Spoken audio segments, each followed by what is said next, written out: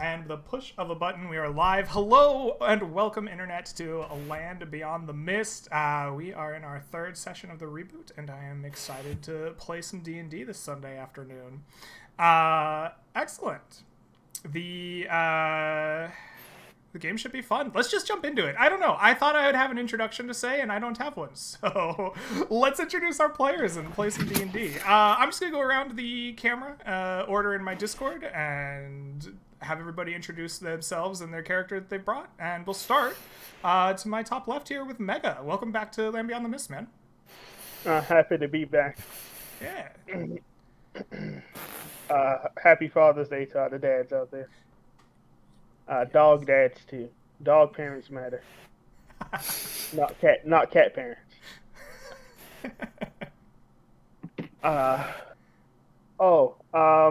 Yes, I'm bringing to the mist today, Shepherd, Commander Shepherd. Yes, it's a meme name, okay? All right, don't wear it out. But yeah, his background, what brings him here is he was a pirate captain. He was totally a pirate captain. All right, this is not a made-up story. He ran into some mess like most pirates do. You know, you either don't succeed at piracy, or you do succeed and eventually get run down and die. So that basically happened to his ship. He got cursed by some druids while his ship was being destroyed. So his massive fatigue or his strength was drained from him due to the druid's curse. So he used to be an excellent fighter, but now he's kind of a disheveled older man. He's in his 50s. After his ship got destroyed, he washed up on a shore and was taken in by some nomads who nursed him back to health and trained him. Since he was all disheveled, he can no longer be a fighter. They trained him to be able to heal. So he's like I say, 50-year-old man, kind of hunched over. He still talks a little bit like a pirate, but mostly just uses the common dialect. He wears mostly nothing. He has like pants, just regular pantaloons, shirtless most of the time. I don't know how that goes in town. Wears a little bit of a leather armor, mostly like hide. And yeah, he's here to use his healing powers to try to make right with the wrongs that he did when he was pirating. All right. Well, I'm excited to see your pirate to make up for some past crimes here. It should be a good time. Welcome back to Land Beyond the Mist, man. That'll bring us over to John. Welcome back. Always fun to have you play. Oh, hello there, Greg. How are you doing today? I am tired. PT has worn me down, but I'm ready to play some D&D. Nice. Guys, I'm John Dungeon Master. I once was a creature of the mist who ate people's hearts, but now I am Harold, the Herald, and like a person who jumped out of a pottery painting from ancient Greece, I come to stand before you. Damn near naked, only wearing a loincloth like my elderly friend, and barely a day over 19 years old. I'm here to whip someone in the face with a flail and cry out Eldritch Blast like I'm a Critical Role player. All right. Well, I mean, I'm glad it's a flail you're whipping people with. I got a little concerned for a moment. It's all an innuendo. Thanks for piercing that one for me. Glad to have you back, John. It's always an adventure, to say the least. That brings us over to Mr. Underground himself. Welcome back. Always a good time to have you in the mist. Who are you bringing today? Well, talking about hearts and flails, today I'll be playing Hart, a middle-aged former lieutenant of some non-prestigious cavalry unit of some nation on the mainland. Hart came to these lands to build up the wealth and repute, to hopefully rebuild the unit from scratch, or so he says. And wearing the barest, or some say poorest, of armors and equipments, he does carry his signature pair of flails on his side to brave these lands. Awesome. We're Wow. spinning. Woo! Welcome back. I'm glad to have you. Last but certainly not least, Sean, welcome back. We'll try not to murder you off in the first 15 minutes this time. Don't go too easy on me. Okay. Yeah, I don't know if I'll be able to match the same level of orientation, but I'll give it my go. Yeah, so I'm playing Aidenwald. I think that's how this thing's supposed to be pronounced, but either way, he's a sort of 40-ish-year-old man that's coming from the south part of the kingdom. For a long while, was a member of his sort of village militia, fighting back who knows whatever came out of the woods. But eventually that village has had to disperse and move into the local township due to successive raids against the village being performed by lycanthropes that nobody can hurt because of their innate resistance to weapons. So he's come up to the mist to try and improve his martial ability and hopefully get his hands on some magical weapons, then go down and crack a were-rat's skull open with +5 hammer or something. Oh, excellent. That's the goal. Well, hopefully that you will find some excellent were-rat cracking weapons out here in the mist. I wouldn't want that village to go unrepresented. Excellent. Well, thank you for bringing your characters today, everyone. As we get started, I believe it was Edelward who brought this motley crew together. Tell me, what job are you undertaking, and how did you bring everyone together here in the city of Roundview? So for nothing other than its association to the Cold Iron Company, Edenwald, he looked for a job that they would be, putting out there, and the one which was available was to search for predatory or carnivorous or dangerous plants in the forest northeast of the wood. And his initial goal was just to try and get a hold of either a ranger or a druid or someone who had some greater insight to the sort of general behavior of nature and perhaps these plants in particular that could assist him. And then after that, it was just sort of bringing together a gang of rough lads that could wade into the darkness. And, a naked man in a loincloth, certainly, when you see that, he's up for a fight. And then there was also a guy with some flails, and that seemed about right. So he just hung around the tavern until he saw some naked dude and a guy with a breastplate, and was like, "Let's go, mate." Team Rough Lads, I love it. All right, well, Team Rough Lads, you have been gathered by Sean for your exquisite exteriors. You are now in Rhymeview, this city on the coast of the Shrouded coast. You have a job that you are undertaking. What preparation? What are you doing here in town to get ready for your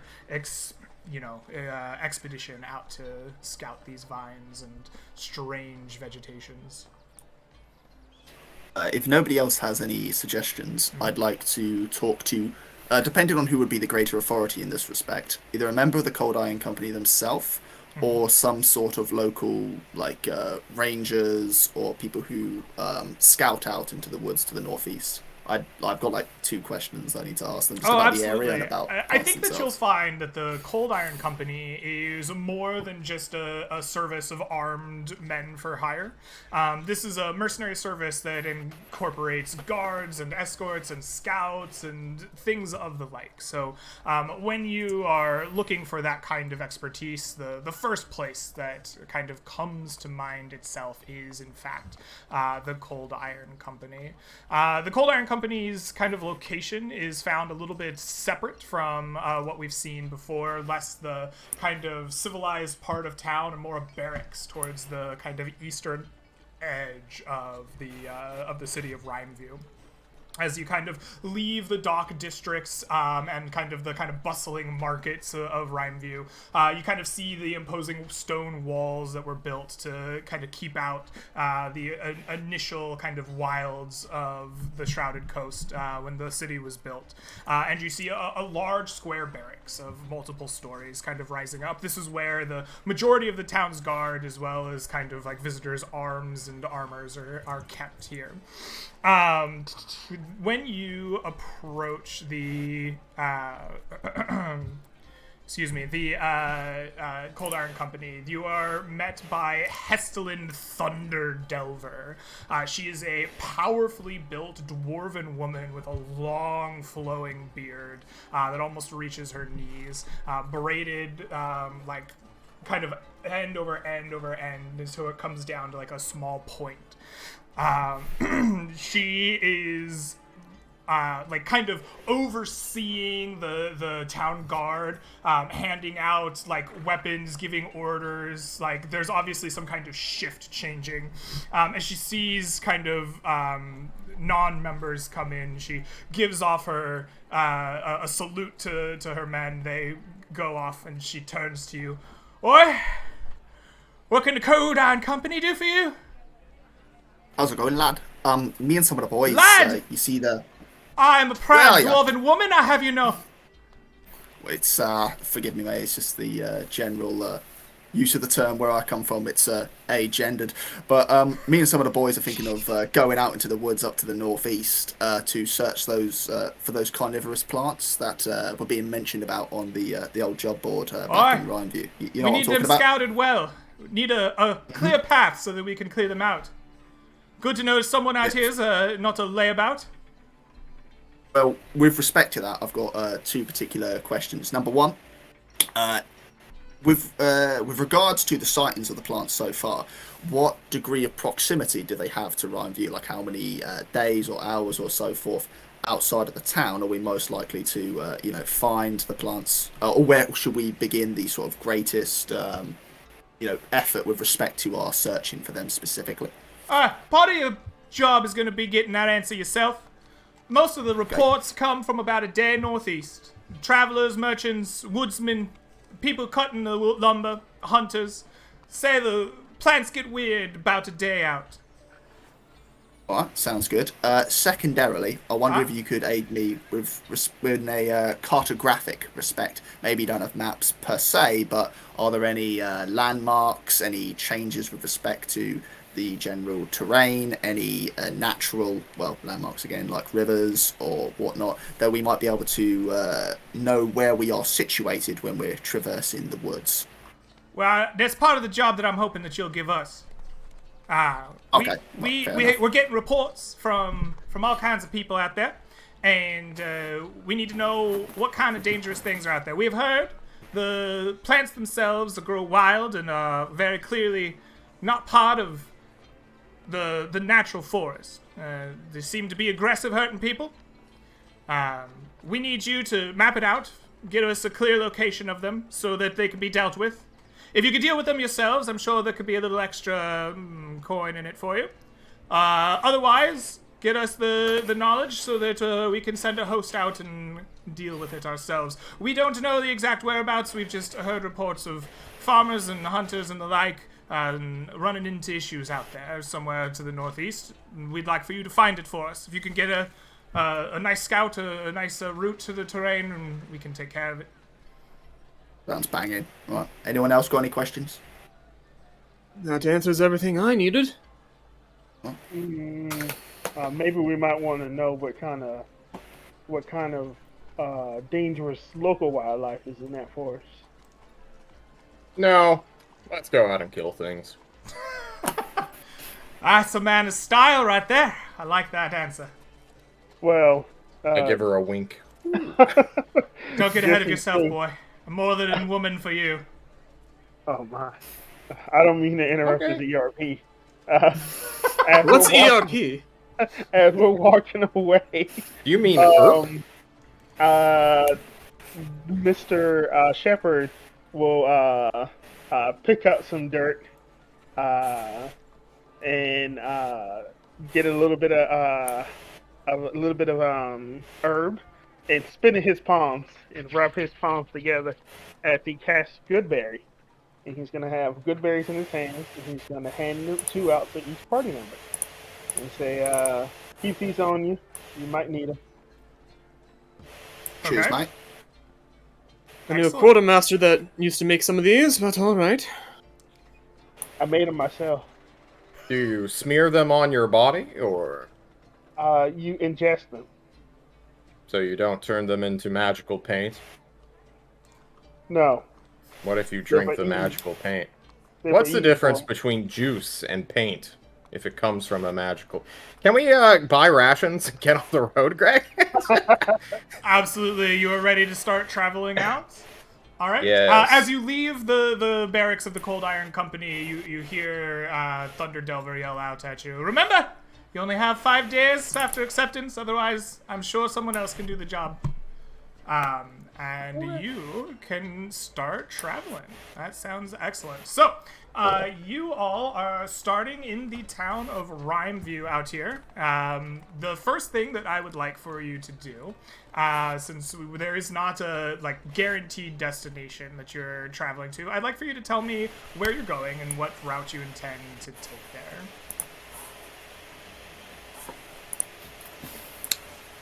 Who's our leader here, Chief? Adelward. Yeah. So it's about a day northeast. With respect to the hexes, how is that half a day's travel is one hex, or is 1 hex represents about a quarter. Like if you're walking without any problems, if you go 4 hexes in a day, essentially. Okay.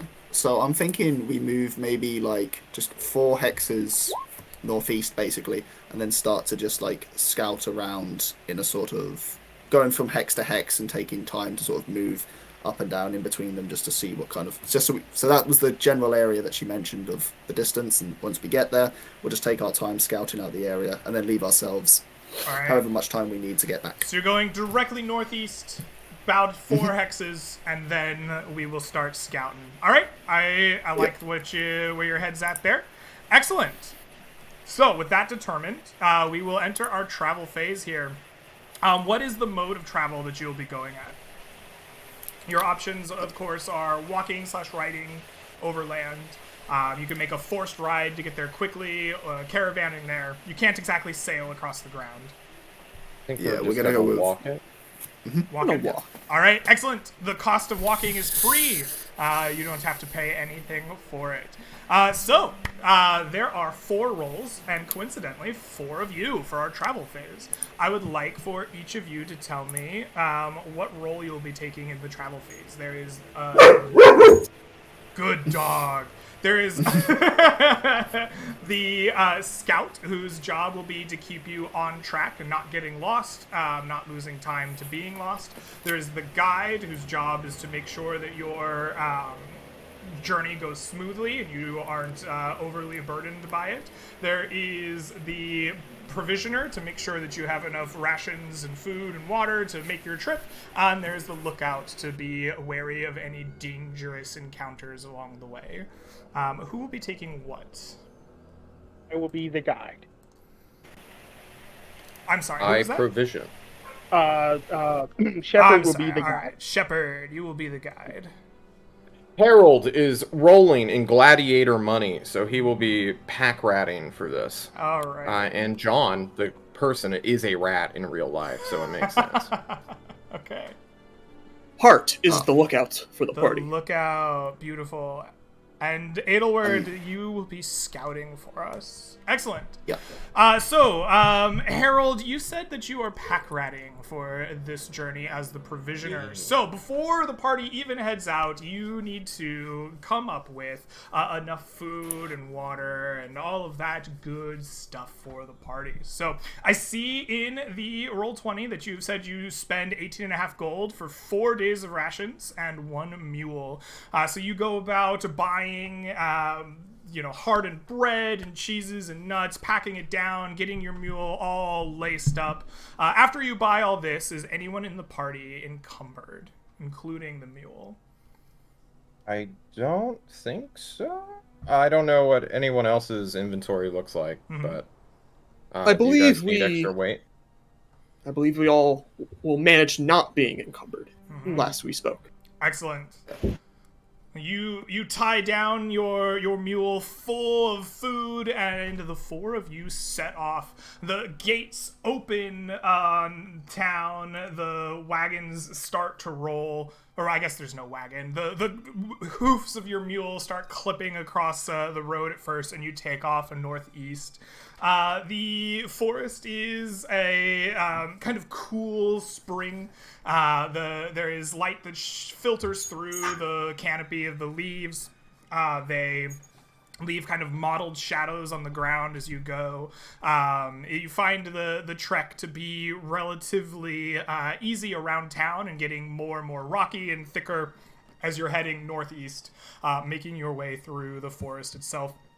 You can hear like the song of birds and the rustle of like creatures. You spot some deer, some small rabbits, things like that rushing through the forest itself. So with the provisioner taken care of, let us turn to our scout, Adelward. Mr. Scout, the lands here are largely uncharted, and your job is to keep everybody on the like track to the destination via the best route that you can. Describe for me your efforts to like scout the terrain, and like keep your party from getting lost or losing time backtracking. I think he's going to try and use the wisdom that he's getting years of experience traversing like nearby woods. This time in the militia, so it's going to be mostly about seeing local wildlife, seeing how they would behave with respect to like with regards to certain depths within the wood, use the sun, position where they should be going with and as it gets later, maybe use. So mostly. So, Sean, you might want to check your gain or your mic. You're getting cut out. Yeah. Quite a bit. I was trying to fix because I thought the. Is that better now? It sounds better at the moment, yeah. But I think I got the gist of what you were saying there. Tracking the nature itself, the sun, the animals, what you know about traveling through the forest type of thing. Mm-hmm. Okay, yeah, excellent. From his experience before. Yeah, it sounds to me like a pretty classic nature intelligence check for me. Your DC is going to be a base of 12, but you are going to have a unknown or uncharted destination to make it 14, and you are traveling through a hostile faction, so your DC will actually be 17 for your nature intelligence check. Okay, well, here we go. Alrighty. So, on a failure, Mr. Scout, I want you to make a choice. You can choose either time and describe to me how your party gets lost, stuck, broken down, or otherwise sidetracked, and lose 1 day of travel on your journey for each multiple of 5 by which the skill check was failed. In which case that is 1. You didn't quite give me 2 multiples of 5. If you want to make a different choice, your other choice is wounds. Describe how the party overcomes being lost, stuck, or broken down at personal cost, and each member will take 1 wound for each multiple of 5, which in this case is 1, and keep on track for the day. I think we're just going to go slower, basically, and okay. Begin searching at slightly further away than we planned at first. Okay, so describe to me how you got lost. Like, what is it that slows you down for a days of travel here?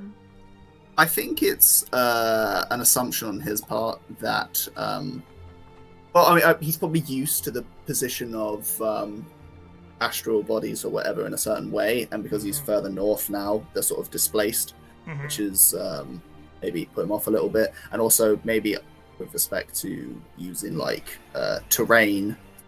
With his experience, the terrain's different as well, so it doesn't necessarily imply in this area what he's used to. So he's just sort of, he'll go up like in this direction, then realize he's gone the wrong way and have to come back. So a lot of backtracking, I reckon. Okay. So the party does a lot of backtracking at some point during their kind of journey northeast, just getting turned around. Maybe you do like a full day's circle here. It's probably frustrating, but you push on, having lost some time. Provisioner, make sure that you are aware that this is taking an extra day of travel. Excellent. That will bring us to the guide. So, Mr. Shepard, Commander Shepard, the mists themselves are filled with kind of dangerous, hostile, unknown terrain, and traveling through them can be draining and exhausting.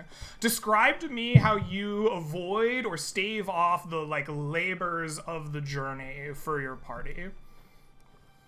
Being a druid, I imagine, even though this area might be not as traveled for normal folk, I imagine more druidic or nature magic-y folk might have gone through this area before. So I'm using my knowledge, my druidic knowledge, my wisdom, to survival also to guide my way, looking for the signs that they left behind, looking for animal tracks, also disturbances in the foliages to see what tracks people have traveled before or even animals before. So basically looking for what is the most traveled path, even though it's mostly uncharted, what have more, I guess, naturey people and animals.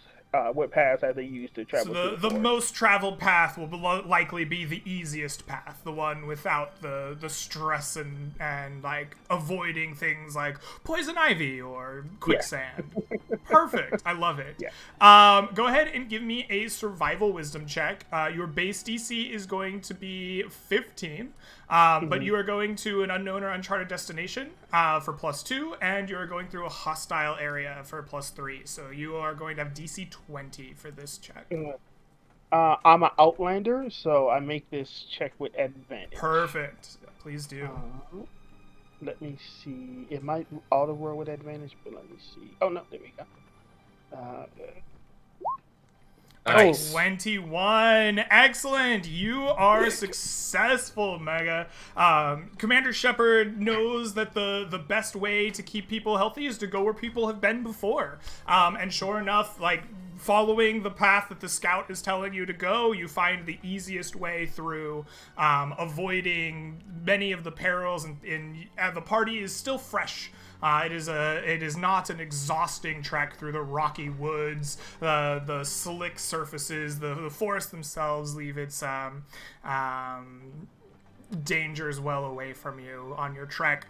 Commander Shepard, please mark for me inspiration for you to use on your journey. Finally, on your 2 days backtracking, going through the forest, it's very important that you keep a sharp lookout, for there are dangers prowling these lands beyond the mist. Mr. Heartfuller, please describe your efforts to spot dangers on the journey and keep your party from being surprised by them. Granted that it's a forest, you can only see so much in the tree line before, well, you can't see anymore. It just turns into either pitch darkness or just sheer amounts of shrubbery. And whenever a bush moves or an awkward sound is made, it has to be hard that has to be the one to investigate. He has to be the one that walks up and figure out, okay, what the hell is going on? Are we getting attacked? Or are two squirrels going to get off in a bush? So, it's just a lot of that, of just him looking around, having his ears out, keeping his eyes open, always on alert, but always the one having to be up front. All right. That sounds like a pretty classic perception wisdom check to me. Your base DC is 12, plus 5 like the others, for a DC of 17. Here's my perception check. An 8. All right. So you have a choice.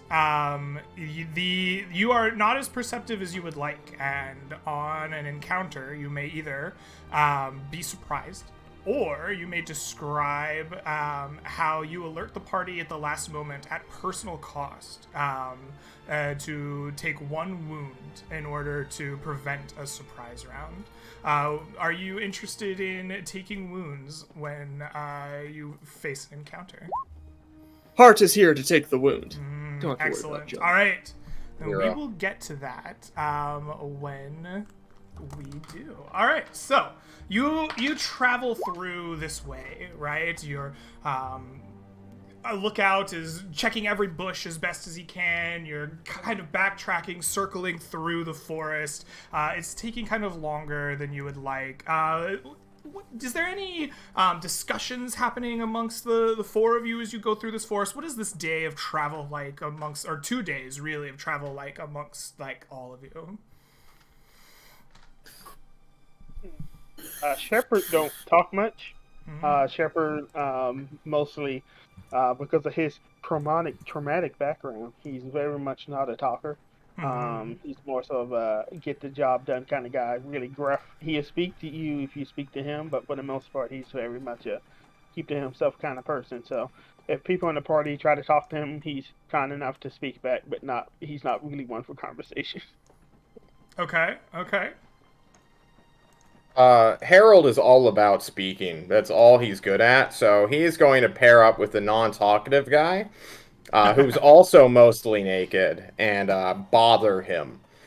Not out of malice, but out of entertainment, because their leadership is floundering in his eyes as we get lost, and I watch all of my money translated into food go down the toilet.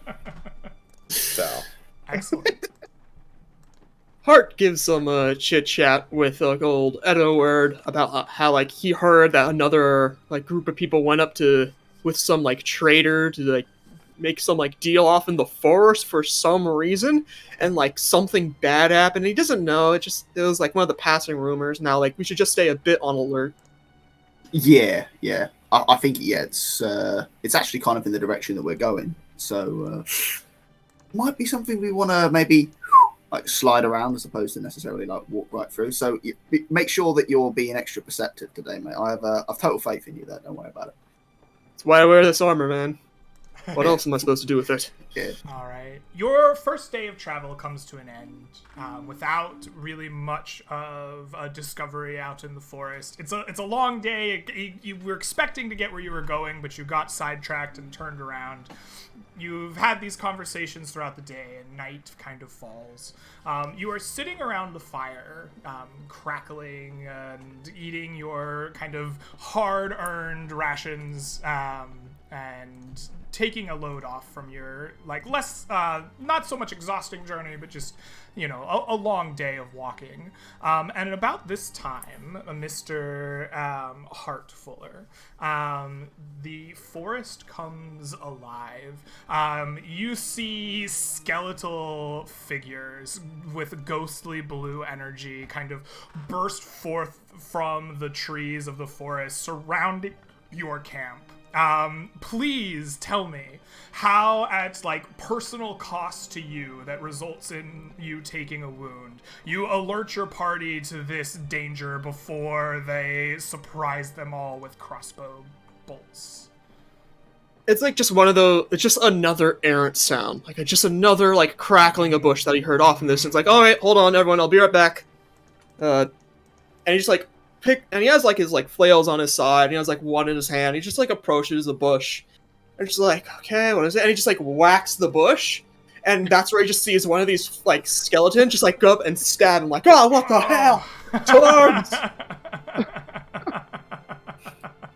Excellent. And it is a stab wound. I like it. So, Hart, you pop up from the campfire, be like, hold on, I have to check this bush. And as you smack this bush, the bush smacks back.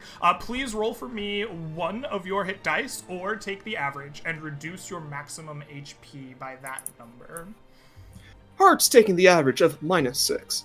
All right. Excellent, Hart. So I'm going to start you over here with these skeletons. Everyone, roll me some initiative. I'd love to. Absolutely. Hey, that's not too bad. Oh no. Oh no. Oh no. Oh no, they say. All right. I haven't rolled it yet. I can't. Where is it on the sheet? The Initiative dead is center at going the to top. be, yeah, it's going to be kind of towards the top. It's right next to armor class, speed. Oh yeah. current Sorry. opponent. Yeah. Got it. Oh no. Alrighty. Yeah. We're starting All right, strong, guys. Looks like we missed a couple of people Wait, here. That's okay. Mr. DM. Yes. Can I use my inspiration? You absolutely may. Oh, thank Please you. click your token when you roll it. Yes, I Sorry. will. So I'll roll again. Yeah. Yes. Where's as I click my token? Oh, thank God. Hey, welcome. There we go. Yeah, for a split second, Shepard, he was being like a 50-year-old man. He was falling asleep, and he saw the skeletons, and he just closed his eye. He was like, "So that's just the end, huh?" But then he gets that fighting spirit. He remembers clashing cutlasses with some military men on ships, and he gets this spring in his step again at the last moment. All right. Commander Shepard, you and Harold pop up from the fire at the same time, reacting to this stab wound that that Hart has received. You see 3 skeletons coming out of the forest near him. You also see behind you 3 more. What do you do? Oh, no. You're both acting simultaneously. Let me do some measurements. I know what I'm doing. Do you want me to go first? Yeah, go first. Alrighty, I am going to move 30 feet laterally Okay. and Eldritch Blast the skeleton in front of my fellow flailer. Absolutely. Please give me an Eldritch Blast.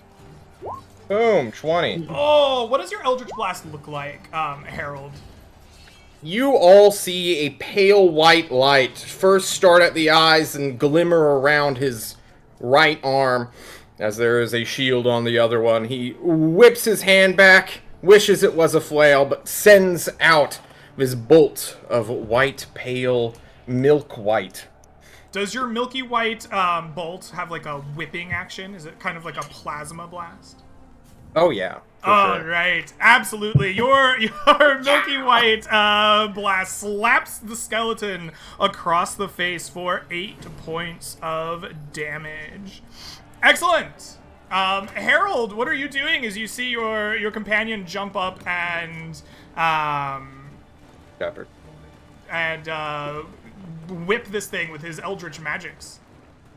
Shepard is going to look at the ones that are to their south, and he's going to whisper to the forest, grip them with your unyielding strength, and cast Entangle.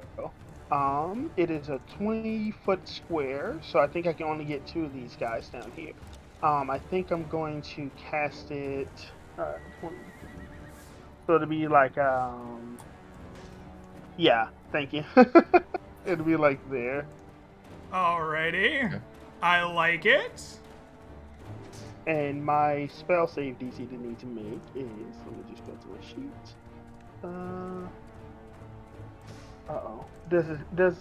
Under spells, does it have your spell save DC? Yeah, it does. It 13 does. is my spell save DC. All right, excellent. 13 is your spell save DC. We shall make some strength saving throws. Yes, sir. I'm just gonna roll at advantage, and it'll just be both of them. So a 17 and a 14. The grasses like reach up, trying to grab at these skeletal figures, and with a eldritch like unnatural like strength, you see the bones and like ragtag armor like ripping through the grasping grasses and like tree branches, like not letting that grab them. And with his bonus action, he's going to grab a handful of pebbles from his pocket and whisper it onto them to cast Magic Stone. So the stones are now magical. Magic Stone is a cantrip? Yes, bonus Perfect. action. Beautiful. And he will, what's the best way to do this? Take a step behind his fighter and go, With that, the skeletons will go next. We'll first activate skeletons 1, 2, and 3. This skeleton has stabbed Hart once. It reaches back again after wounding you the first time. It will try to finish the job. It has a wicked short sword that's long and curved, meant to bleed its enemies. It swings it at you with a 9, bouncing off of your defenses, unable to get you without its surprise. The second skeleton steps forward as well, brandishing its own moonlit blade, wrapping it down upon you in an arc with an 18. Will that hit? That hits. Excellent. Heart, please take 6 piercing damage. Heart drops to 1 hit point. Ooh. Oh my god. Heart falls down on one knee for a moment before standing back up. The third skeleton's gonna step forward. 1, 2, 3, 4, 5, and it's going to take aim right over here at, I believe, Edelward. It pulls out a short bow, and it. Oops. Harold is the one you just pinged. Yeah, it's Harold here. Is that Harold over here? Yes. Yes. He fires at Harold then instead. With an 11. I block it easily. You block it easily, Harold. Excellent. Your shield whips around. The arrow sticks in it. Down here, skeletons 4, 5, and 6 begin marching forward. They are in difficult terrain, and they are quite stupid. So they go 1, 2, 3. 1, 2, 3. That is all they can move. This one goes 1, 2, 3, 4, 5, and 6. This guy really doesn't have a shot at anybody. There's a tent kind of in the way. This guy's going to take a shot over at Harold again. Spin around. You spin around to meet the next short bow. You hear a twang coming from your other side. You stick that one right next to the other arrow in your shield. Skeleton 6 has kind of 2 targets here. He's going to shoot at this man right here. I believe that might be Edelward. Yep. All right, beautiful. Edelward, the bow twangs, the thing shooks your way, but is unable to pierce your armor. Heart, you've been stabbed. You're bleeding onto the grasslands in front of you as 2 skeletons surround you. What do you do? Able to act, he pulls out his second flail in hand and begins spinning them, one clockwise, other counterclockwise, as he goes for the legs of one of them. As an action. Absolutely.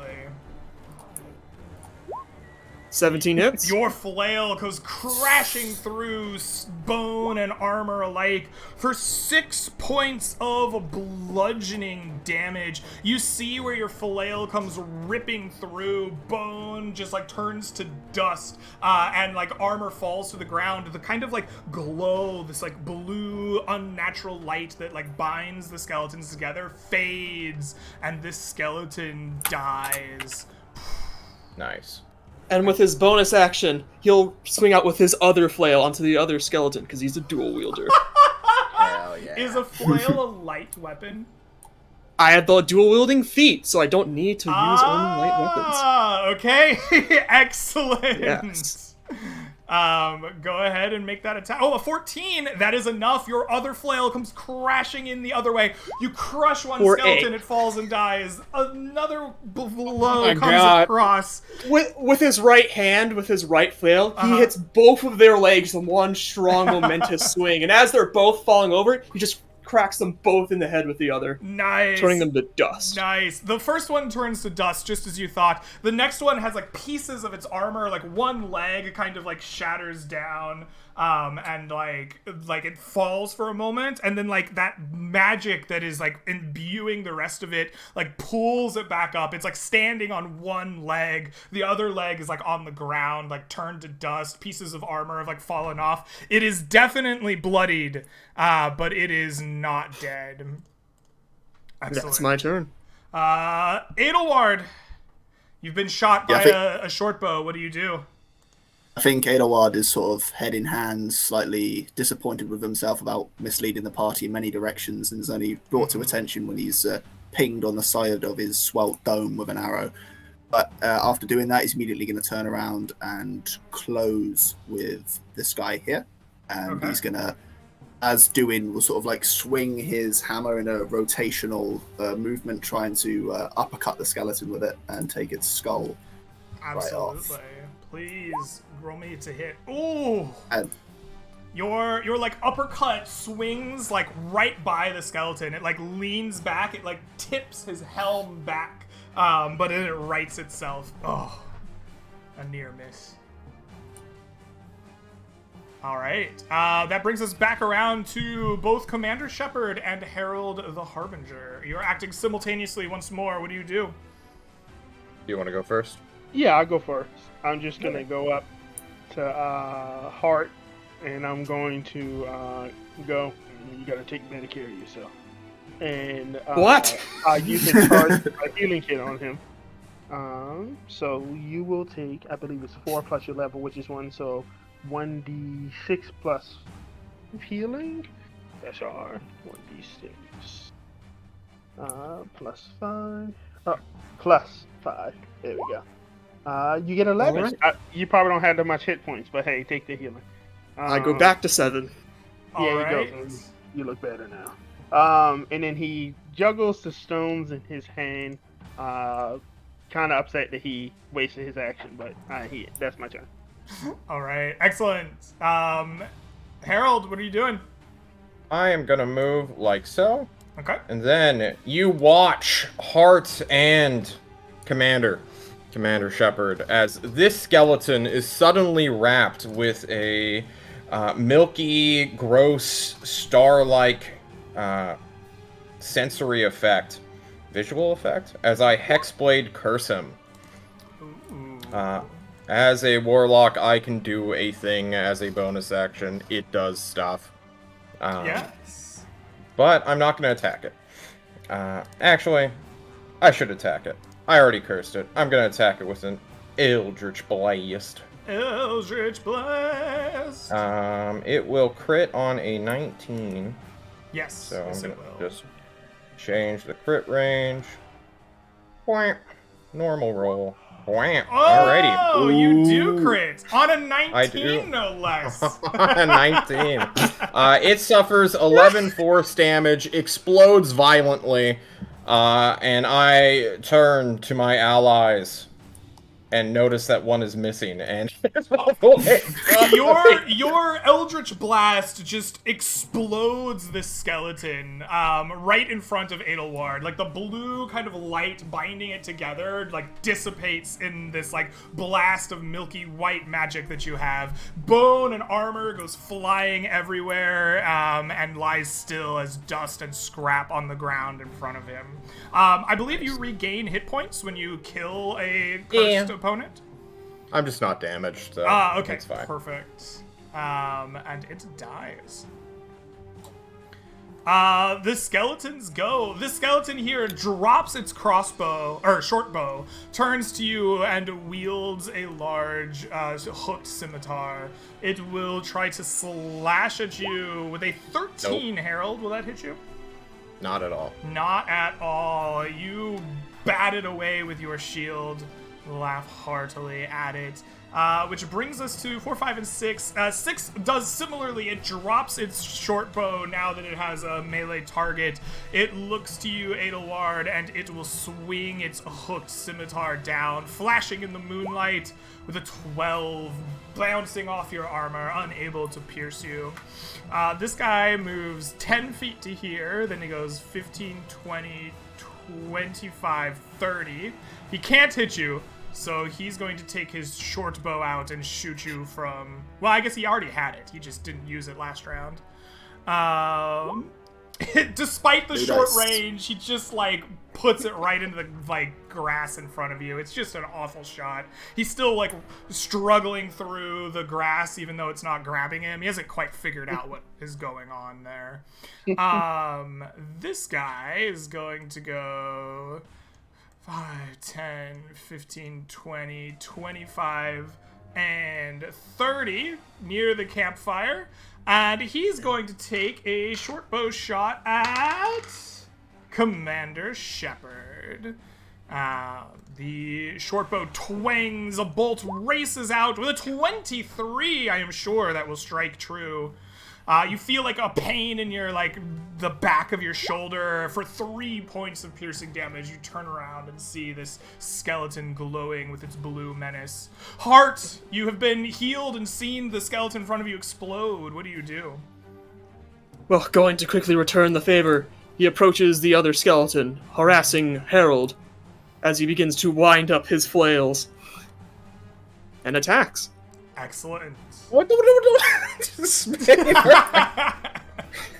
Are we doing flanking in this, or? No, flanking will not grant advantage. He's like bringing the circling flail, but right as you think it's gonna hit you, just goes over your head and hits the head of the skeleton for I don't 5. flinch. I've seen this in the arena before. Yeah.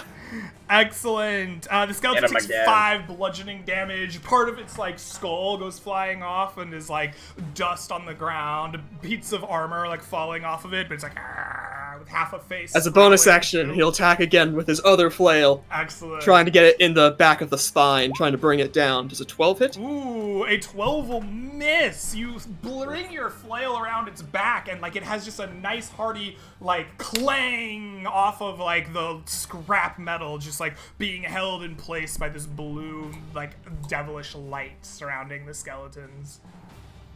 That's my turn. All right, Edelward, you are face to face with 2 of these skeletons. One within range of your hammer. What do you do? Well, the uppercut didn't work, so he's going to invert the rotation and try and bring it down on the top of his head instead. And let's hope for better days. Absolutely. Yes, lad. Yes, yes indeed. The hammer comes crushing down on the top of its head for 6 points of damage that you can see like its helm crack and split in 2 pieces as it falls down, no longer held by that like blue magic. But the skeleton itself is unperturbed, continuing to swing its sword at you. All right. Yep, that's my time. Shepard, you've been shot in the back. What do you do? Shepard's going to. How far is this? Let me think of my. Oh, that's a bit far. I can think it's that. And then he will use one of the 3 stones in his hand to cast or attack this skeleton with magic stone. Let me roll that to hit. Could you ping that skeleton for me real quick? Yeah, sorry. No worries. This guy. Ah, beautiful. Oh, I think I actually have it in my character sheet, so let me check my stuff. Magic stone! Oh, did it work? No, wait. Oh, you sling your magic stone out. It arcs beautifully through the night sky, right past Aeollard's shoulder, and then bounces off the metal armor of the skeleton, just missing his exposed skull. And I imagine. Harold, you're going at the same time as this throw is happening. What are you doing? I'm just gonna slap this guy with a flail in front of me. Nice. For a 22. 22 will hit. For 9 bludgeoning 9 damage. bludgeoning. 9 and 5 is 14. That is enough. Your flail comes crashing through the exposed bit of bone that not Harold, that Hart created for you. Your flail just crushes through bone, disintegrating it on the way through. It falls. The magic no longer holding it together. It disintegrating in front of your eyes. I'm gonna go stand in front of Commander Shepard like a true mook would alright. for a main character. Beautiful. The skeletons go. This skeleton here is going to reload its short bow, take aim, and fire right at you, Mr. Harold. The short bow twangs, the bolt flies forth, and just thunks right into your shield. I'm not even trying to block it with the shield anymore. These things can't hit me. I'm a god. Excellent. This skeleton is going to step up here, both of them in range for their swords, and they will start bringing them down upon Edelward.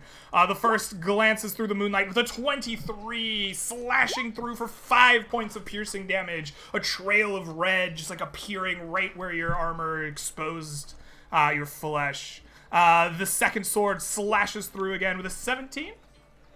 That's a miss. That's a miss, bouncing off your armor, unable to wound you thoroughly. Heart, the skeleton in front of you has exploded in a shower of dust. What do you do?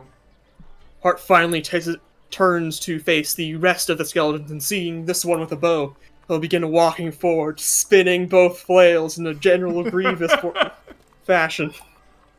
And I have just enough movement, 30 feet, to get right up to it, and a single motion, Beautiful. slash out with both flails. Slash out, attack, fourth. With both flails. 17 will hit. Drop No, the S. yes, the 17 will hit. For 9 bludgeoning. For 9 bludgeoning, you bloody it with your first flail. Pieces of bone and armor come flying off. And in a vertical form, you'll bring it down for 6 more. Oh, beautiful. That's enough. Combined, you destroy the skeleton in front of you. It collapses under your, like, spinning flails, just beaten into the ground. Bone and armor falling to pieces in front of your eyes. Alright, let's clean up the rest. As he Edelward. turns to face the remaining 2, and end his turn. Yeah, so Erdeward, seeing this newest skeleton approach, is going to juggle both his hammer and shield into the air, catch one to switch it, pull that shield to the right, and then bring his hammer down once more on the skeleton he's already been battering. Excellent. 17? 17 will hit. Or 12, lad. Well, Nice. oh, your hammer, like, you exposed his skull before, breaking his helmet in twain. Now your hammer just goes right through his skull, right down his spine. The whole skeleton just turns to dust, falling to pieces in front of you and dying. Oh, it's my turn. Excellent. Shepherd, Harbinger, you're going together. Take your turn, man. I'm sure. Shepard, he's wounded, but nothing like he hasn't seen before. Let me measure the distance. That's excellent. It's within distance. He will sling another magic stone. All right. And is it loading? Oh, I gotta do the other part. 16. 16 will hit. Your magic stone flies true, bludgeoning this thing in the side of the head for 9 points of damage.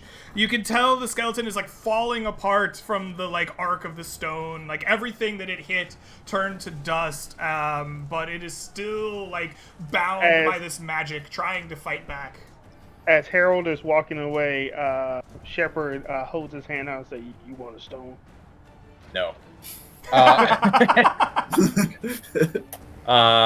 Distracted, trying not to. Oh, crap, he's gonna throw off my aim.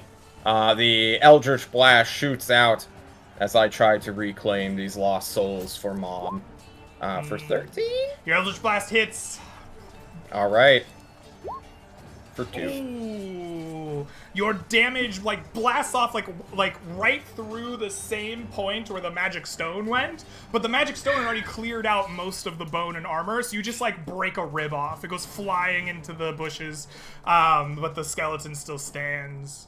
I stare forward, try not to turn around in anger. Gonna take the stone. The bloodied skeleton falling apart, like lunges forward, most of its torso missing, the magic just propelling bones and metal forward, slashing once more towards Edelward with its sword. The arc of the sword is unsteady, but manages an 18. It's a miss. Oh, nice. Miss. You parry Jeez. it away with your hammer, knocking it to the ground. Heart, it is your turn. What will you do? Yeah, Hart will be like just walking forward, seeing the last skeleton, but he can't get up close. And Edelward seems to be more heavily armored, so we'll just let him take care of it. All right. Edelward, it's your turn. Yeah, for this last one, Edwin's going to bring the shield over the top of the skeleton, then bring his hammer up and try and crush the skull of the skeleton between the underside of his shield and the upside of his hammer. So I let's go like for it. Yeah, boy. And you do just that. Yes, your hammer just like squishes the skeleton between itself and the shield. Like you just see like bone crunching and turning to dust in a big cloud right in front of you. The creature dies, and the forest once again falls to silence. I'm going to pop my second win then, just to get my HP Absolutely. back. Nice. Is there anything that you would like to do with this battle before we move on and continue the rest of the travel phase? After this battle ends, is there any thing that you would like to take care of? Yes? Okay. Yes. I know these guys are loot mongers and mongrels just in general, so I'm gonna let them deal with that. My goal, now, it might be self-centered to say, but Harold is in fact divinely touched in both body, mind, and soul. I see. And he believes that the undead are sacrilege against his maker. He calls her mom, but also known as death. So he wants to collect all the bones and send them off properly, the only way he knows how, which is pulverizing them into bone shards to fertilize the earth. You will find that a lot of your work has already been done by much of the bludgeoning damage. When these creatures are getting hit, their bones are like falling to pieces into like bone meal almost, like just shattering, turning into dust. The metals itself kind of breaking. You can find pieces of them still and just start like smashing them up, turning them into to shards. Absolutely. I just want to also go to each one and just tell them, you better not come back. Trying to intimidate their errant spirits. I see. After we're done looting all the creatures, I'm going to challenge Commander and Hart to a game of Liar's Dice to see who gets to keep all the loot. Oh my. Liar's Dice is just like what the heck is that? It sounds like you're gonna lie to me. I'm familiar with the game, but well, let me just pick. You fuckers owe me money. Come on. That is true. Yeah, I was gonna say I can't even use a short bow, so I'm good. I take up the game when we get back. You'll find that most of, if you try to like flip through the corpses, they don't hold any like currency. There's no coins on them. There's no like gems or anything of value that way. Most of their armor is like beaten up and old. Not like thousands of years old, but more like this is multiple years in like the forest or in the ground. Like it's just like not in an ideal condition.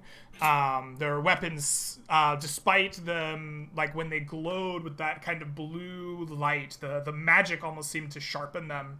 But they're dull, pitted, rusted, break easily. You can find some rusted swords, some kind of like the arrows and bows don't seem to want to work properly for you. It seems as if the creatures themselves are almost like, and their gear kind of want to turn to dust on you, or just like kind of are old and pitted and rotted, corroded, all of that kind of good stuff. A sharp eye amongst you that is familiar with Rhymeview will notice that the crests upon them are the same as the kind of like knights of the royal family. These are knights of Rhymeview, or at least they were at one point. So says their armor. So the scimitars are not really usable, I guess. Not really. They're kind of they as the magic kind of fades from them and you kind of look at them, they're like pitted, rusted. Like they need some TLC if they're gonna get used. Probably need to be reforged. If anything, we can add this to our report. Yeah. Mm-hmm. Yeah. Alrighty. All right. Excellent. With the camp taken care of, we'll return to the travel phase. After you sleep for the day, you'll have the benefits of a night's rest. So you can spend any number of hit dice that you have remaining in your pools to regain HP, and then recover 1/2 of your pool rounded up to use in the future. Of course, wounds will have lowered your max HP and will not have left, so you're still dealing with that wound as you begin your next day of travel through the woods. Your day goes much better than the first day as you begin making your way across Rhymeview's forests. The scout gets you on the right track. You begin moving northeast very easily, and the days, like, it feels, you have this like nice feeling of progression as you move forward through the day. The grounds themselves are kind of lush and easy to move through as you get on the right path. Eventually, as you're nearing kind of mid-afternoon, the forest itself is starting to feel a bit grainy on the edges. Like, you see like fungus growing on like the side of the trees, not like moss, but like something kind of invasive. The vines themselves, despite the kind of lush travel that you've had, grow kind of like dense and spiky around here, as if the forest itself is changing a little bit. And you begin to, as you're like approaching the kind of mid-afternoon, moving into your day, the forest is taking on a different kind of character. You hear less bird song. You feel like you don't feel the rush of creatures around you nearly as often. And there's like signs of change amongst the forest as you're traveling. Eventually, kind of towards the late afternoon, you will have your scout kind of pulls you to the side and kind of tells you, like, this is where we were going, right? Edelward, you're quite certain that you've moved into kind of like the northeast, about a day's travel out, as you're in the late afternoon to evening here of your travel. So, my good friend Commander, can you delve into your druidic expertise and tell us, with respect to how we should be searching? We expect to find carnivorous plants high up in the forest. Will it be something, down by the base of the trees? Do you think we should push further? Do you think it will be likely they'll be on the periphery of this section of woods? What does your expertise in nature and survival indicate to you? Carnivorous plants need stuff to eat. Look for life. Okay, then. So I would like to use. I was thinking I could use a mix of survival. I'm proficient in both survival and animal handling, to try to see if I could find, use survival to see if I could find carnivorous plants, and then use animal handling to see if I can find any animal tracks that seem to be around where these plants are. So I'm looking to see. Okay, we're looking for plants that are like hostile towards like life, and as we're walking through, we can sort of hear the dimming of like life, basically, of like I guess you would say fauna. So I'm looking to see. Okay, is there any fauna existing? Where is it? And is there any carnivorous plants located near that fauna? Okay, all right. So you're like looking for animal tracks and like things that might lead you to how these things feed. Absolutely, that seems very reasonable. I think that kind of search is probably just very survival wisdom to me. I think that's how the book usually describes it. Go ahead and give me a survival wisdom. I'm gonna call this DC 13. Okay. And then I'm also looking. I don't know. If there have been any druids who've been come out here to take a look at this, because this looked, I would say, almost fatted to a certain extent, especially when you're running into something where you have, it seems that the flora is outbalancing the fauna, there should be a balance when it comes to like. I want you to make me 2 checks. For animal tracks, for like, oh, is there life and fauna and where is it going? I want survival wisdom. I want you to make me a insight intelligence check for your druidic findings. Like, is there druids nearby? What do I see in this fetid area? So I'm looking at insight. Where is it? And then take -2 from this because I have a +3 in wisdom, Okay. but I only have a +1 in intelligence. Okay. So it would be a 9 for the insight and a 14 okay. for the survival. So you quickly find some tracks. You find the tracks of kind of like maybe like a medium-sized creature, maybe like a boar, some kind of something about that size that would live in the forest. And you can follow that, and it kind of leads you a little bit like eastward of where you ended up through the forest. And as you go that way, you can, as you kind of look that direction, you scout a little bit along the tracks that you're finding. You find that the kind of like fungus that grows on the trees grows thicker that way. The vines that kind of lace through them are a little more prickly, and it seems to be growing thicker in that direction. As you're searching for kind of your druidic counterparts in this area, you're looking and it just doesn't quite seem like anyone has touched it to you. You find like a lack of druidic input here, which feels maybe wrong to you. You're like, yeah, man, this really needs the touch of a circle, but I just don't see it here. Okay. So yeah, we're just basically going further, deeper in, looking around for animals and also what's been eating on them. Do we come across any like animal bones or carcasses?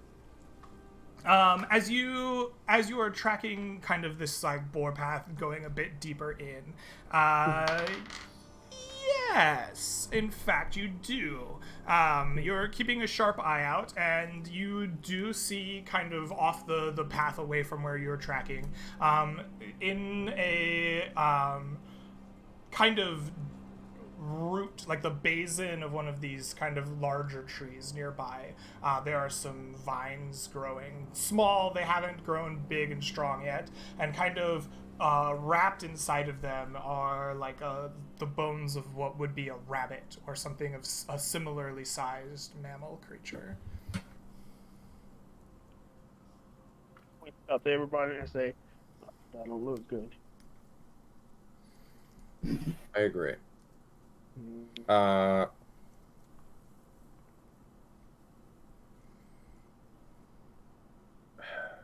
Shit. I'm trying to.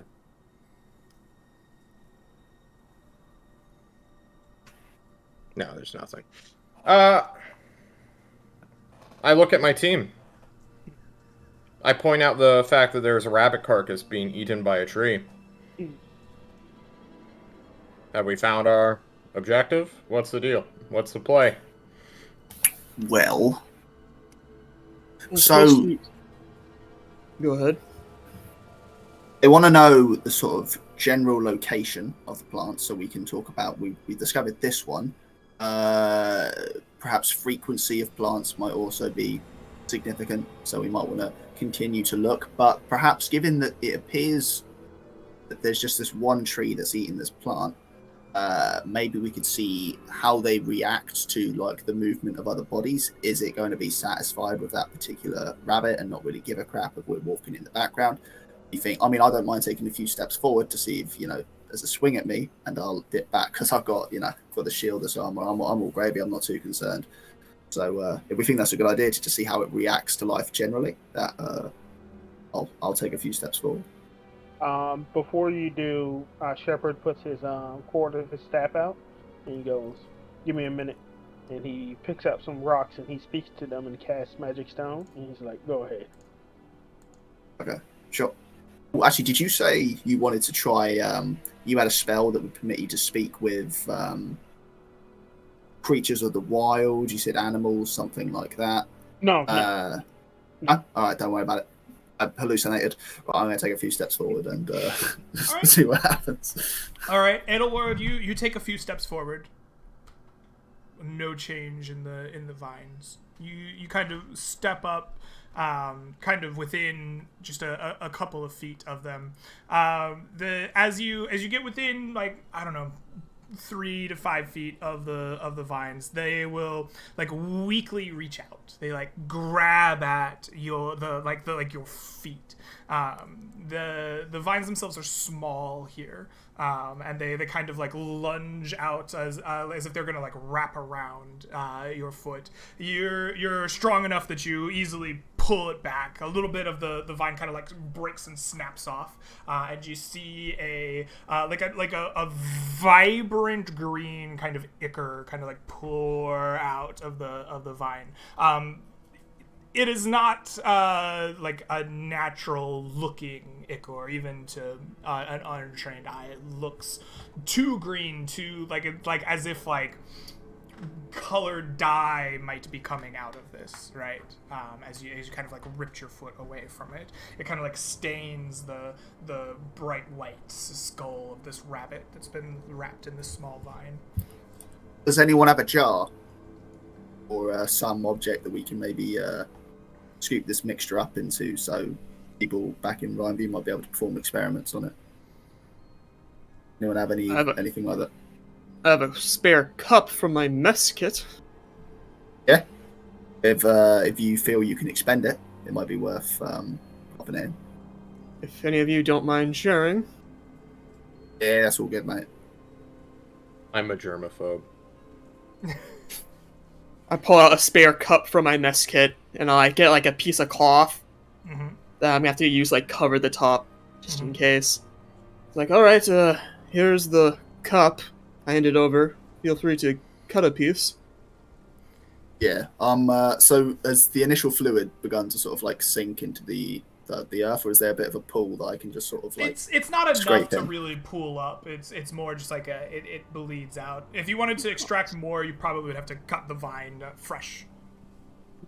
Think more like sap, like kind of pouring out of it, not like a stream of fluid. Okay. Does anyone have like a cutting tool, like a knife or something like that? Because I only got the hammer on me. Pulls out a... Yeah, the mess kit comes with like a knife and fork and stuff. Okay, yeah. It's like basic eating utensils. Yeah. I like to imagine you're over there with a butter knife, like sawing on this like plant as it's writhing in your hand. Yeah. I'll put down the hammer and then like have the shield slide along that arm and sort of grab a hold of it and just cut through real quick and try and I'll stuff some of the sap in along with and put in part of the root as well. Let's grab it. Or vine, absolutely. Rather. You can make this happen. The plant writhes like when you grab it or get near it. It struggles, but it's weak and you're strong enough to make this happen despite its protests. Okay. Does anyone have any other big ideas with respect to what we should be doing, or do you think it's time to look for frequency of these plants? Oh, Whenever definitely. I want something to attack me, I yell at it. So, I was thinking about just yelling into the woods and see what comes out. Yeah, I don't think we should go any deeper. I mean, we have to locate it, and I mean, the direction we're going. We're definitely getting closer to the center of this local mass. There's probably something in the middle. We're only on the edge, if anything. I don't think we want to go near the middle. I point at. I want to go near the middle. Like, I just want to fight and kill things. If those vines were a little bit more mature, we wouldn't be walking out of here so easily. We don't know that. Perpendicular. What if we set the forest on fire? Would you like that? I just look at it and I recommend we go parallel. Don't go any deeper, but we can go a little bit more west, east. What's your thoughts on this, Edelwood? You know, I'm not about setting the forest on fire right about now.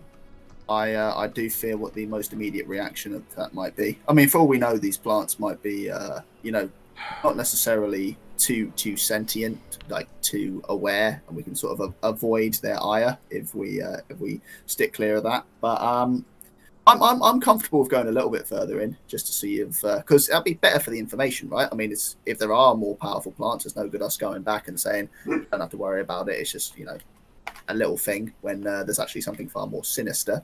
And if worse comes to worse, we can always dip. Trees, you know what I mean? They can't chase you, so it's fine. Let's get out of here, mate. It's all right. I put my vote in as well. That's 3 for in. Let's do it. All right. Oh, wait, just stick behind me, Shepard. You'll be all right, mate.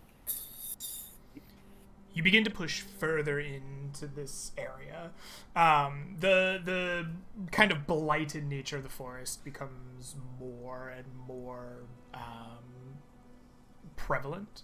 You can see just kind of like a sickening of the kind of ground. The grasses grow kind of a yellowish brown. The kind of rocks are more bare. There's less of a lush kind of moss to them.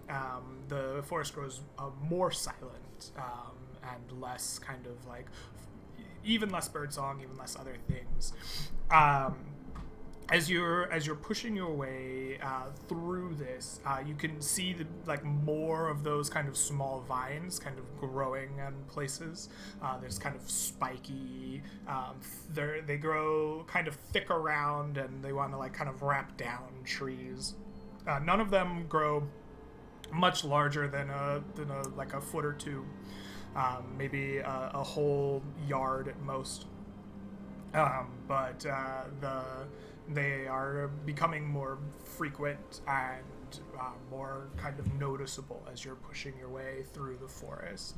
As you kind of make your way through, the four of you kind of hear a squeal, like a pig that's been stuck, kind of through the forest.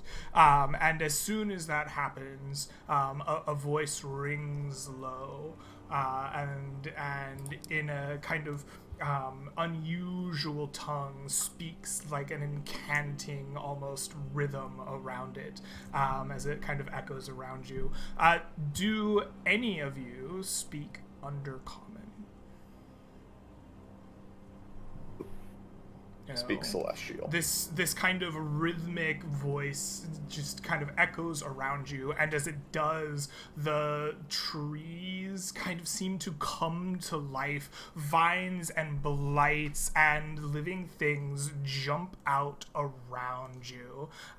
The four of you quickly find yourself surrounded by living pieces of this fetid forest. It looks something like this as you're pushing your way eastward.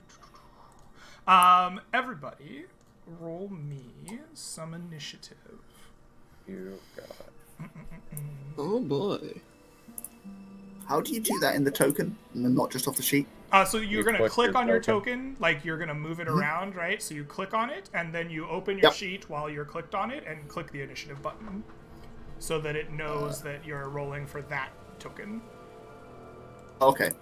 I hope this works then.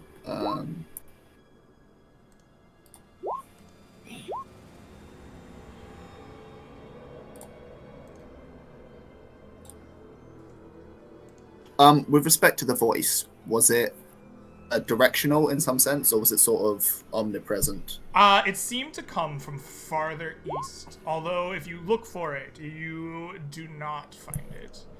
Okay. I made a mistake. I double rolled. That's okay. And then that is a...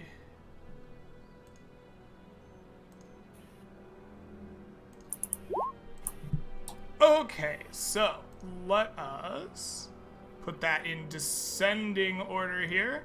So I accidentally vine blighted twice, so this is actually the needle blights, and the vine blight is something else. Vine Blight is 11.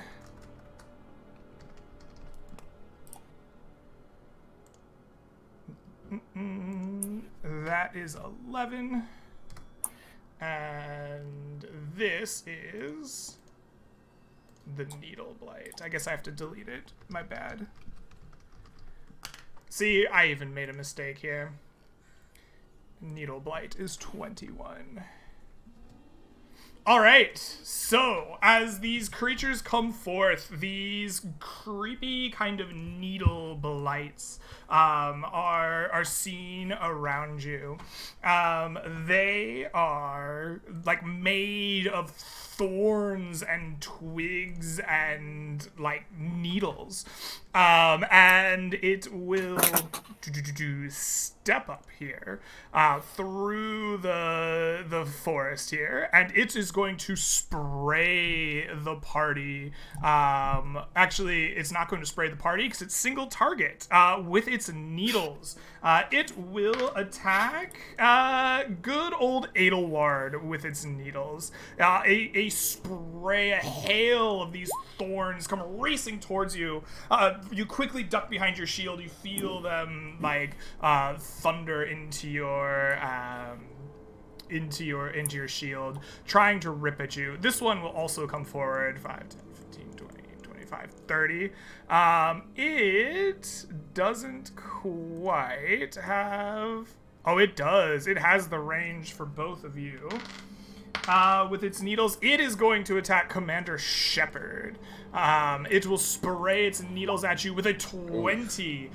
Shepard, you feel a hail of these sharp projectiles ripping at you for blank. no damage, apparently. It didn't roll it. That's your Yeah. I won't complain.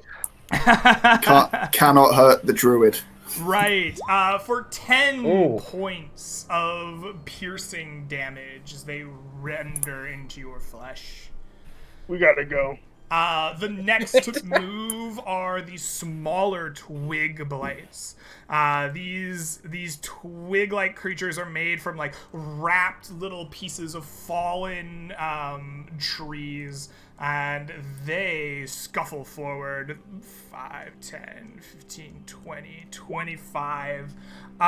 Getting up to Harold here, the first twig blight rashes out with claws towards you.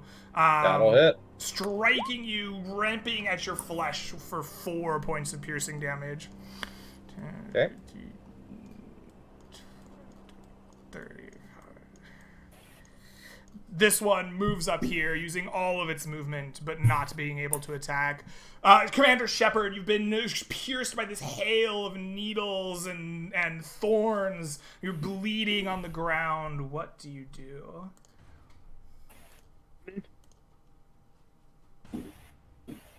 He's looking at his party.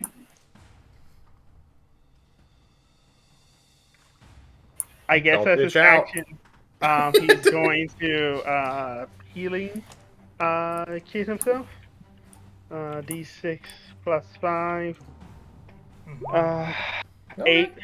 He has No 9 problem. HP, and he's going to look at them and say, "We're not welcome here. We need to go."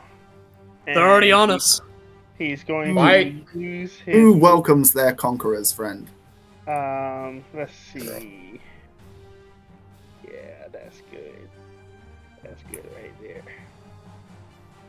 Zoom, zoom, zoom. Zoom, Okay. zoom, zoom. Excellent. Excellent.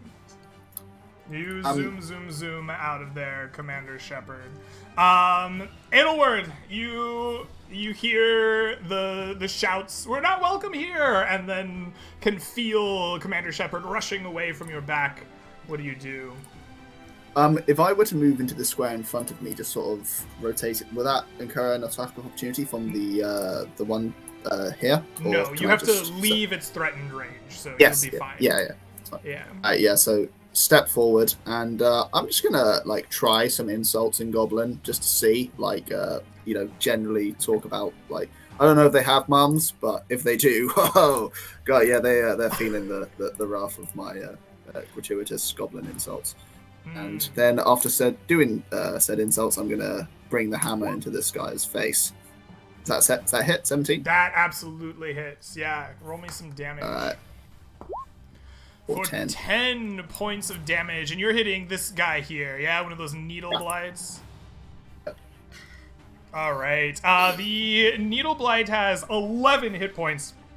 So you come crushing down on this creature, just like you can feel the crunching of like dried wood just like smashing underneath your hammer.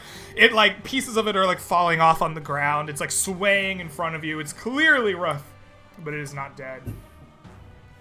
Okay, yes, the end of my turn. Alright, the vines will go. These things are made of these like wrapped and terrifying vines. They are going to try to grasp you. This one's going to move up a little bit here. Yeah, there we go. That'll get him in range. He sees Commander Shepard rushing away, and it puts its viney hands on the ground, and you can see the like grasses and trees like grasp at you, Mr. Shepard. The plants like sprout up and try to grip you.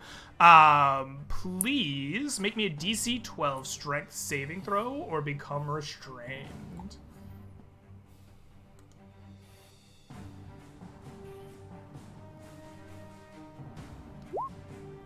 Oh, the plants grab you, Shepard, pushing you down and keeping you in place. This blight here is going to step up 20, 25, and it will attack good old Harold. It is going to attempt to bludgeon you with its, like, vines. With a 20. That'll do it. It wraps its like viney bits around you, squeezing into you, bludgeoning your body for 13 points of damage. You are considered grappled. I am super dead. Don't forget, everybody's got 2 good berries. So. You are down. Okay, excellent. Least of our problems. Hearts, you see your companion squeezed upon by the blight. Constricting him down to unconsciousness. What do you do? He sees one party member run off and get entangled by the pursuing plant life, and see the other one get brought down. I'll stick with the party or die alone. He will attack the one right next to him. All right. Please roll to hit.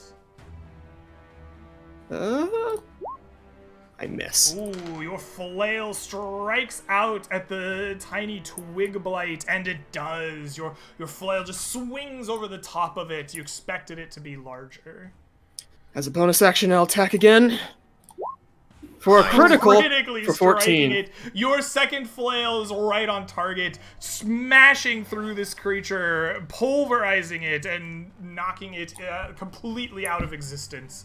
The thing just explodes into twigs that lie on the ground around you. Unfortunately, that's my turn. All right. Harold, you are bleeding out and unconscious. Please make me a death saving throw. You got it.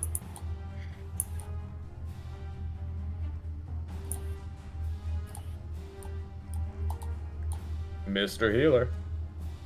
Oh, that is 1 fail. There it is. Got it. Yeah. Needle Blights will go. This Needle Blight with 1 HP is going to look at Adelward and try to claw at him. With an 11, its needle-like claws are ineffective. This one here is going to go 5, 10, 15, 20, 25, 30, and will try much the same. Wrapping its claws at you with a just unable, just breaking off its own needles on the, like, strength of your armor. The Twig Blights will go. This one is going to step over the fallen body and take a swing at Heart and his flails. The Twig Blights claw at you, Heart, with a 14. easily batted aside. Easily batted aside. Shepard, you're grasped by these vines. You're restrained at the moment. What will you do?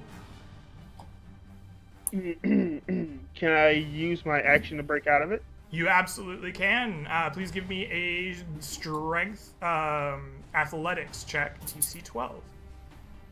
Strength athletics.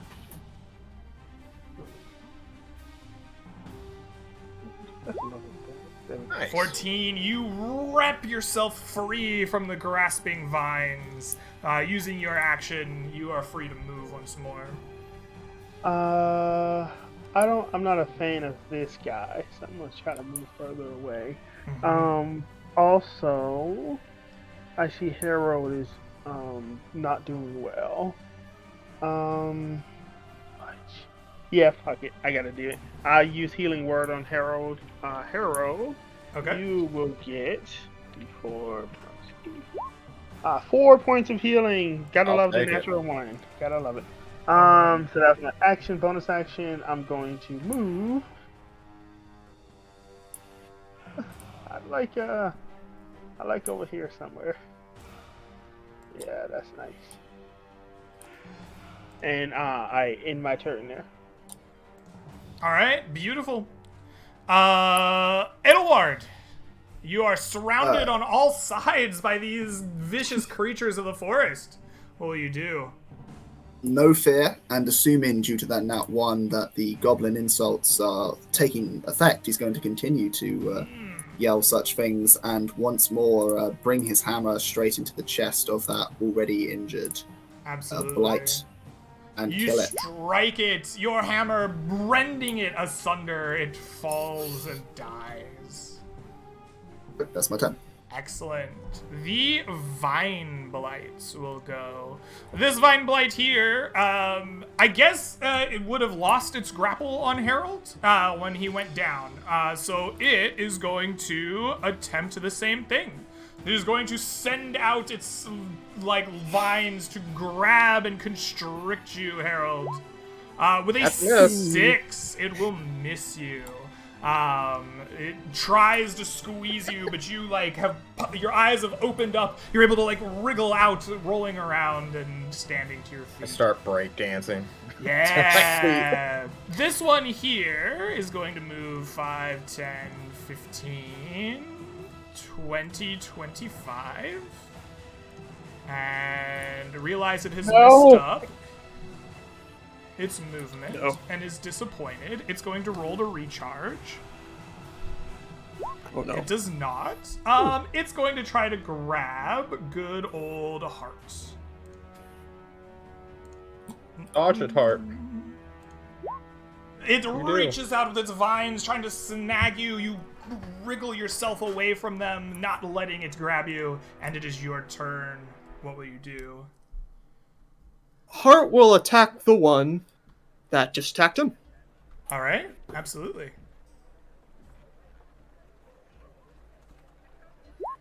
23 hits for 8. Excellent. You bludgeon this blight for 8 points of damage, your flail ripping into it. You bloody this blighted creature in front of you. He follow-ups on the same one with the backhand. All right. Striking it true. For 5. I like rolling low, guys. Your second flail rips pieces of the vine off of it. It's definitely, like, less whole than it was. It's, like, dragging half of its body across the ground of the forest floor. But it does not die. Okay. Harold, you have popped back from the brink of death, avoided the constricting grasp of the creature behind you. What do you do? Yes. I see this twig guy, right? This is a twiggy? That is a Twiggy. Alright, I will once again use my Hexblade's Curse upon him, which does things as my Excellent. bonus action. And then I will use my action to bludgeon it to death with a flail. For a 10? The 10 will miss. The Needle Blight, unless you have a bonus for the Hexblade Curse. I have a bonus to damage. Not Bonus to hit. damage, but not to hit. Okay, yep. Your flail swings at the creature, and it just kind of ducks lower than you expect. Your flail wildly goes over its head. That's fair. If All someone right. could kill that next turn, please, that would be wonderful. The Needle Blights will go. This Needle Blight is dead. This one here is going to continue clawing at Adelward, the closest to it. It rakes out its claws at you, scratching at your armor, Adelward, but ineffective. Those goblin insults must be truly working. The Twig Blight is got so many things it could fight. The Twig Blight goes after Harold. That's who it likes. The Twig Blight, that is still alive, rakes at you with its twiggy claws, and they like snap off on your armor. It's just twigs. They couldn't hurt you. What were you worried about? Commander Shepard, you see all of this happening, the ineffectual attacks of these creatures, these blights on your party. What do you do? A shepherd is gonna pick up a couple of rocks and whisper to them, "I've never need you more than I need you now," and cast magic stone on the rock. And he's gonna look at that one that grabbed me and said, "I don't like being constricted." And he's gonna make a magic stone attack against him. All right. Not a fan of being constricted. There we go. Your magic stone aces out from your hand, striking right in the back of the viney mass writhing in front of you for 4 more bludgeoning damage. Beautiful. That is 8 and 5 and 4. That is not exact. That is 1 more. That creature dies, the stone ripping through the back of the vines, and it falls, a unmoving mass at Heart's feet. All right, Adelward, it is your turn. I beg you, kill the twiggy bastard. Yeah, is it this one that's hexed, yeah? Yeah. Okay. Yeah, he's going down, bringing down Alright. the hammer on its dome. Your hammer Is that hit? strikes true, yes. For 9 points of damage, your hammer explodes, crushing this thing as it falls Nice. and dies. You all watch as its magical essence starts to go into the air and then just shoots into my eyeballs, reinvigorating me for 5 hit points. Charisma modifier plus Warlock level. Yep, perfect. I wasn't sure if it was static or rolled hit points. Yeah. Yeah, it's static. Awesome. Awesome. The Vine Blight goes. You heal up, your eyes glow from the magical death in front of you, and this Vine Blight is like, alright, we gotta stop this. This is ridiculous. He guys are grasps powerful. at you with his vines. misses. Ah! And you Block him. wriggle free! You're just too slippery. Heart, what will you do? And there's Hart to follow up quickly after, bringing Alright. both his flails forward onto the Vine Blight. Goes to the first, 24 for 11, Oh, you bloody it with your first strike. and with the second, he brings it again Oh my for god. 5. But combined, your flails in a whirl of General Grievous-like display just rips vines from this writhing mass until it falls in a jumble at your feet, no longer moving. Every time the spike ball hits into the middle, it just pulls out vines and branches from it. Perfect, perfect. There's but the single needle blight left in front of you, Harold. What will you I do? go to whack it with a flail. Excellent. Bwah. 24. Strike it true. For 6 points of bludgeoning damage. This is the first damage it has taken, but you have bloodied the creature. Nice. It will go next. It's been clawing Adelward. It continues clawing Adelward. The claws reach out. It's still ineffective. Nice. It just can't rip into your flesh. The twig blights are Shepherd's dead. guy. Commander Shepard, what do you do?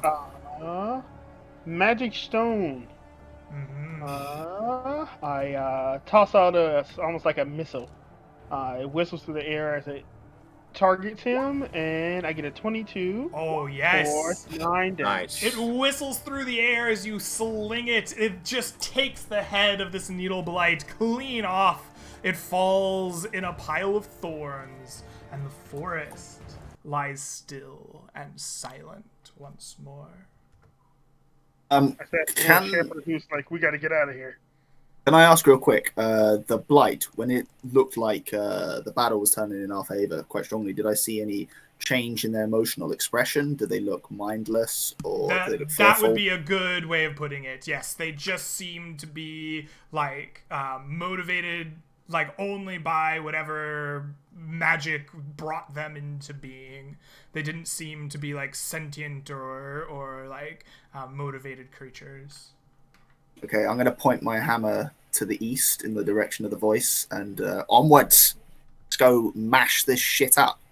And, Agreed, as yeah. I smear these good berries into my mouth to heal for 2 points. Wait, We you heard- can keep the good berries. I can hear you with my healer's kit. Save it! We must move with haste before the Okay. sorcerer gets away. Sure. And I will also cast a spell, maybe prematurely, but it's called Armor of Agathos. Excellent. To give me What is 5 what does the temp. magical force of frost around you look like when you cast this spell? You all see as he busts out a crystal, stares into it menacingly for a small moment, and it continues to just take part of the vegetation's like water out of the bark, out of the vinage, out of all that gross, ickery stuff, and aggregate upon his skin. It's As kinda we're gross. walking, sorry, as we're walking forward, I'm going to be repeating all my goblin insults to the other members of the party to make sure they know exactly how to get in the heads of our wooded enemies. As we're walking, It's into Shepherd's going to call out, should we be chasing something that can make those? Those Yes. things Listen. hit pretty hard. We heard a pig squealing. I don't want to hear a second. This is our only chance. Oh, alright. All right. I'm you holding- press Oh, Oh. on. bravery. I'm holding needle wounds, by the way. Like pricking out splinters and stuff out of your chest. Like, How ah! damaged are you? I am down 2 HP, which you don't have to worry about because I just eat my good berries. Okay. Yeah, let's go. There we go. All right, you push on eastward as fast as you can through the forest itself. It's silent and it gets thicker and more like kind of fetid as you push this direction. You move quickly, trying to catch this person that you heard in the act. As you go, eventually you hear the sounds of running water nearby, like a stream or a creek in the direction that you're moving. And eventually you push into a small clearing. Looks something like this. What in the hell? As you push in, you see large clumps of these fetid, thick vines choking down from treetops, like laying across the ground in large and dangerous looking piles, writhing as they are in front of you. They get thicker and thicker the farther into this kind of clearing you look. As around the kind of bend in this stream that you've been hearing, you see this massive tree, larger than any of the others that you've seen in the forest by a measure of probably 5 or 10 times.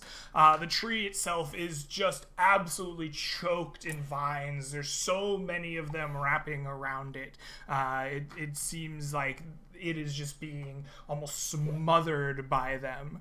And you spy a figure cloaked in a black hooded robe, who is holding the corpse of a hog and using its blood to almost like a watering can. Like he's like watering the like vines at the root of this great tree in front of you.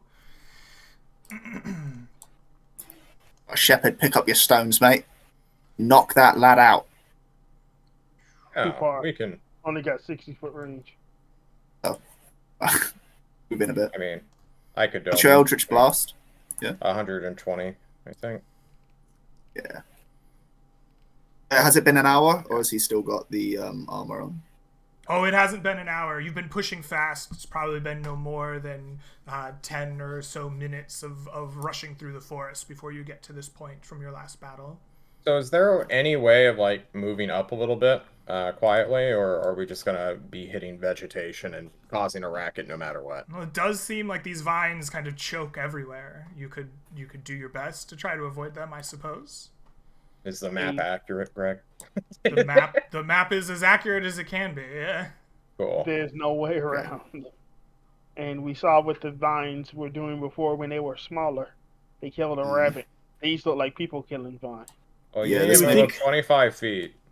So if you move up there, you can quite literally stone him to death until he runs Well, away. I assume the vines are going to activate at his will, so it'd be That'll more work. contingent upon what their range is. And if you can hit him with your magic blast or whatever from here, then we That'll can. work. We'll cover our flanks. Let the other two take the range battle. If any of those living plants will come up, we'll probably have to fend them off. All right. Okay. If anyone gets, oh no, that won't be possible. Actually, we can't react that way. It wouldn't be possible to use a reaction to be like if someone's foot gets grabbed by a vine to quickly hit it or something like that. Like that would be kind of broken, right? So we can't do that. You can Intercept prepare an an enemy? action, right? So like the way Well, mechanically that would work. holding an action works, as you say. Like I hold my action until like a vine lunges in my range, and then I will attack it. Right? I use my attack action when that happens. Like that is feasible. I would do that then. So I'll cover Commander, and do you want to cover Harold, and then you guys can start pinging. And if it looks like we're getting overwhelmed, we'll just head back in the direction that we came from. Hart, I don't you think step there's up any to this angel. spot right here where you are on the map. Yes, in front of him. You are Of Harold. within 10 feet of the vines. Ooh. They lunge at you. The vines rushing towards you. Attacking with... That didn't work. Attacking with a 9. You back away from them at the last moment. They are unable to wrap around you. You feel them like glance across your boot. But they are unable to grab you from the spot. All right, so that means we can't move into this area realistically. I mean, maybe we could move to about here, and then 10 paces get from the by. vines. Yeah, so we could move to about here-ish without getting pinged. Would you have range for your magic stones from that? Adelward, No. you move within 10 feet of the vines. They rush out at you. With a 7, the vines try to grasp at you, but you wriggle out away from them. Well, are these trees considered part of it, or is it just these? Just the mass of Yeah, like okay. viney looking things, yes. That's fine. Yeah. I don't think you can get your magic stones in range then, so it No. probably just looks like It's only Eldritch Blast. 60. Yeah, I think it's going to be up to Harold. We guard I'll pull Harold. back. Okay. I'll pull back to heaven. Do we want to take a quick break, guys? It's been 2 hours. Yeah. Almost. Sure. We're a little short of 2 hours, but we can take a break here and let you think up what you want to do. I don't have an issue with that.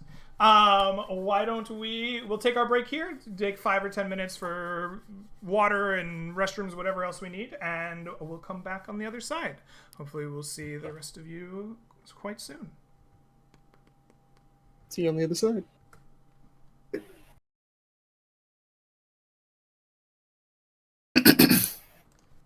And welcome back to Land Beyond the Mist, everybody. We just took a break as our party was entering into a clearing full of choking, unnatural vines around a tremendous large tree and a dark figure using the recently killed hog to water the vines with its blood. The party is been attacked briefly by the grasping vines as they attempted to move close, and now they consider what their plan of action is. You don't seem to have been noticed as of yet, or at least the figure has chosen to ignore your presence for now. All right, all of you declare your actions, and then I'll start us off.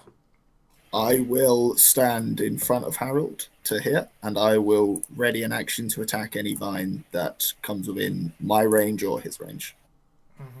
Hart takes the dodge action on this Okay. flank of Harold.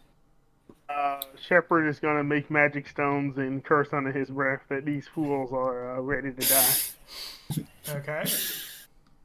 All right, I will Eldritch Blast this man in the back, hopefully at advantage. Okay. So you're blasting this guy in the back. Do you have a clear line of sight on this guy? I don't know how big these vines go up in elevation. If we Kinda don't, looks like can we you're just shimmy shooting to the through a side? tree here. To me. Is this entire tree? Well- I thought it had like a trunk. Yeah, I mean it does have a trunk, but you got. I've ruled that you can shoot under the boughs of the trees before. He can get cover. Sure. Why don't we have you I mean- shoot your Eldritch Blast at like disadvantage for shooting through this tree? Okay. Is he aware of my presence? No. Okay. So would that be at normal then? Sure. Okay. Boom for 12. For 12. Excellent. Your milky white energy goes lashing out at the back of this person. It strikes into his back. He drops the like hog on the ground, and the vines begin to like wrap up and eat at it. Roll me some damage. Okay. For 4. All right, it takes 4 points of damage. The man turns to look at you and begins to speak and walk forward. I believe you are entering into initiative. I believe so. Nice. We're all in the fireball pack. Just realised. Oh, that's bad. Yeah. Ooh. That's ooh.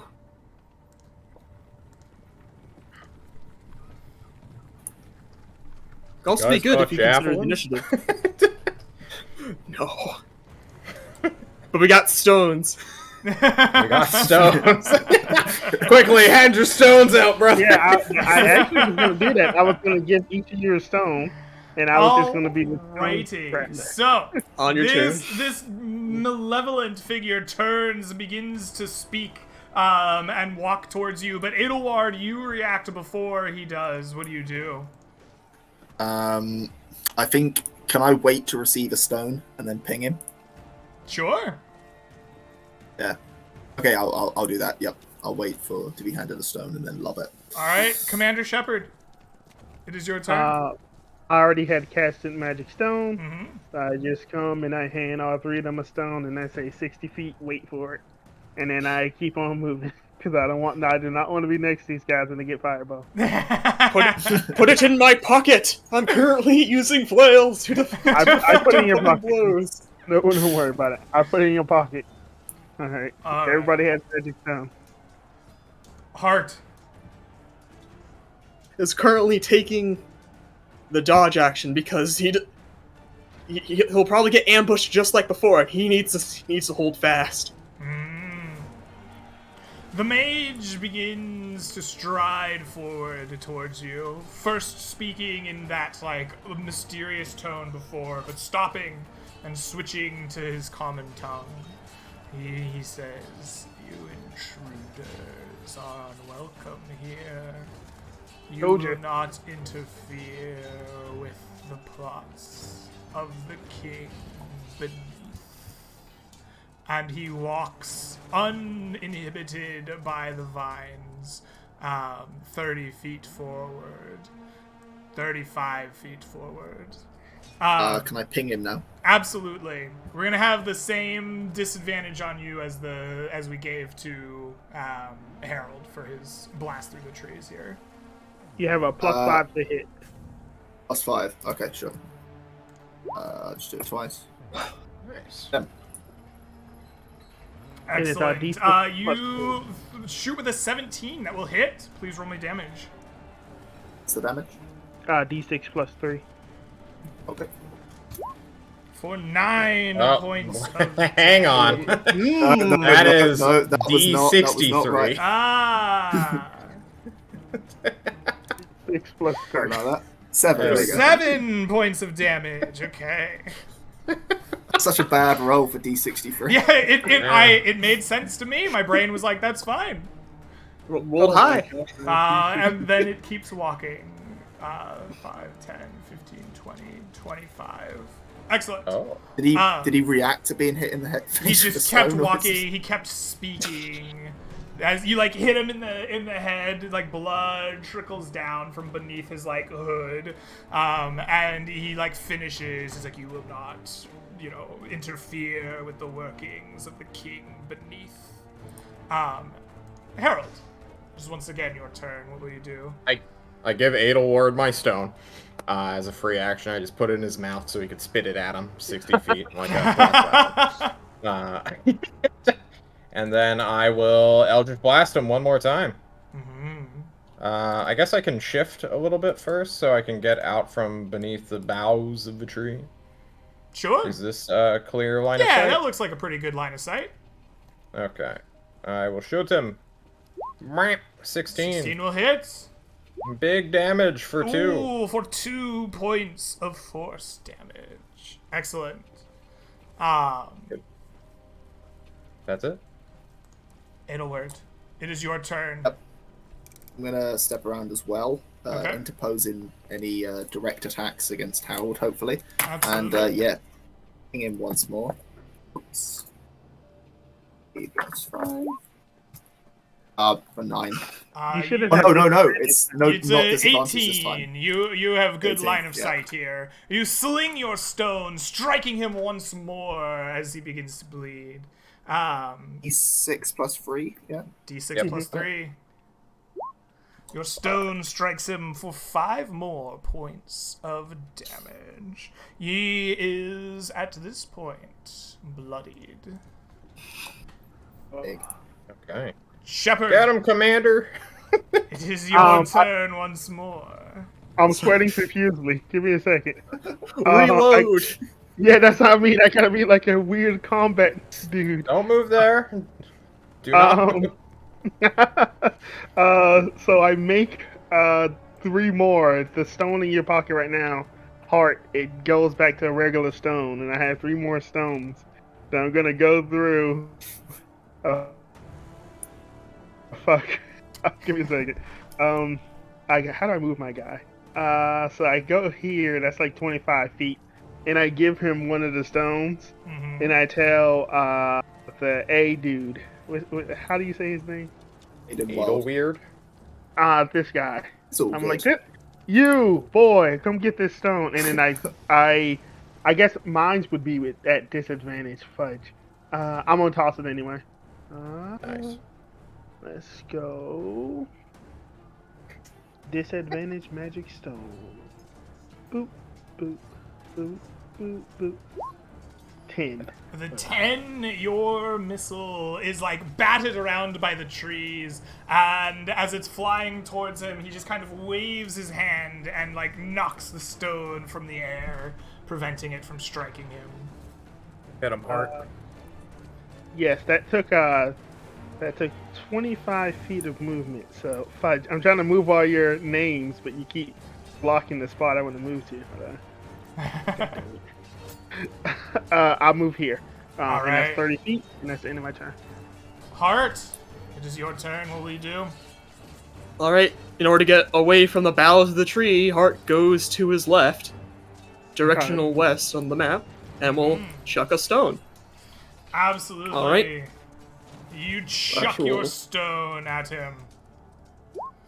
15 With a 15, you strike him for 4. for 4 points of damage. Excellent. The Please, little mysterious mage stops, looks to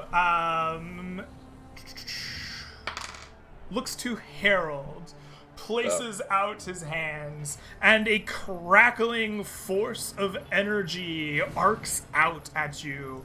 Its eldritch light, you might say, blasts your way. Excellent. With a 17, will that hit you? That just hits, yeah. All right, excellent. Please take for me 10 points of force damage. I 'cause will. You are struck by the Well, doesn't- eldritch lights of this mage. Doesn't the mage take 10 cold damage instead? No, that's only for melee. My icy ward, my shield is dissipated by this hit, and then I suffer more damage. Harold, after your icy ward dissipates, what do you do? You son of a bitch! You're using my trick against me. For 13. You strike him for 2 Ah, more points. of D10s, boys. Excellent. Adelward, it is your I'm turn. gonna What will you do? Skip over to here real quick, pick up a stone, Mm-hmm. skip over back, and yeah, pelt him once more. All right. Yes, Oh, critically hitting him. Very nice. 4, 6. 6 points of damage. Your stone strikes through. He goes down to one knee briefly. He looks to be on his last legs. Shepherd, it is your turn. What will you do? We shouldn't be doing this. You can come heal me now. Come here, boy. Come on. I got stoned. Get closer. He's a warlock. So I will go here, ignoring the pleas of Bleedy guy. And as I'm passing by, Ignoring I'm the pleas casting of Magic Stone, and I'm giving Hart another stone, and then I will toss mine. Have all the stones, Hart. Get them. All right. Oh, Oh, your stone once no. again gets batted away from him. He is just on to your tricks, Shepherd. Kill him. Heart. Get him, Hart. Just once more. Dual your wield turn. stones. I don't think magic stones. Use What? your flails to throw them in the air, then bat them at him. Yeah, yeah. Just Unfortunately, I throw don't think you can stone. dual wield throw weapons like that. You can knock it Yeah. out of the park though. Just All right, I will drop the flail on the ground again, and with the stone in hand, just do an overhand throw. Mhm, Definitely not used to this method of combat. excellent. Well, A 12 hits. 12 hits. Like last time. It does indeed. For 5. 5 points of damage, your stone strikes him in the chest, burrowing into his robe. It blooms crimson where the stone strikes, and he falls into the vines. As he does, the vines begin to grasp him and drag the body into the center of them.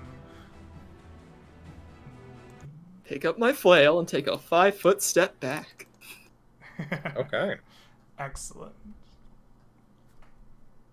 so do we just want to hang out here for the next hour, Eldritch blasting all these vines into oblivion, or we chill? We do need the body. we don't need the body. What do we need the body? We need the body. Why are you being afraid? Come. Wait a minute. Give me a second, Harold. Oh. You need health, right? Yes, I do. Okay. Give me a second. There you go, Harold. Okay, I'm back at full.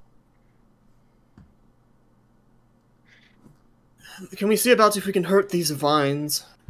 Maybe Yeah, pluck we them can from throw the magic roots? stones at him if you want to. Yeah, we'll do that. Yeah. I guess I'll try to Eldritch Blast the patch in front of us. Yeah, See if it Mr. does DM, can anything. we bully the plants like a bunch of school kids throwing stones at them? I'm gonna actually stand slightly ahead with the hammer and just prepare an action in case they react. Absolutely. At us. Absolutely. You prepare your hammer. You begin eldritch blasting these plants over and over and over, throwing magic stone after magic stone after magic stone at them. After like an hour of doing this, your arm just so sore. Just, oh God, what is wrong with me? Like daylight like just beginning to come out of the air. You like eventually see this you see this particular patch of vines just begin to wither and like I can't even grab them on the map, break apart and eventually stop moving and die. You have defeated Alright, guys. them. I'm gonna light a torch. Shall we see if we can burn these things? I think they're too moist. So it doesn't hurt to try? They're gonna grab you. What makes you think I'm getting near them? I just Do you have light a torch. do you have any oil or something like that to Molotov cocktail them, or we just throw in a I mean, stick of... The torches have like the cloths are oiled themselves. Yeah, they have like pitch. Yeah. So I'm gonna like use one of my torches, light it, and just like chuck it at this vine over here, and see if like just the natural flame of if the flame of the torch will spread onto the vines. All right. You light a torch and you throw it at that vine.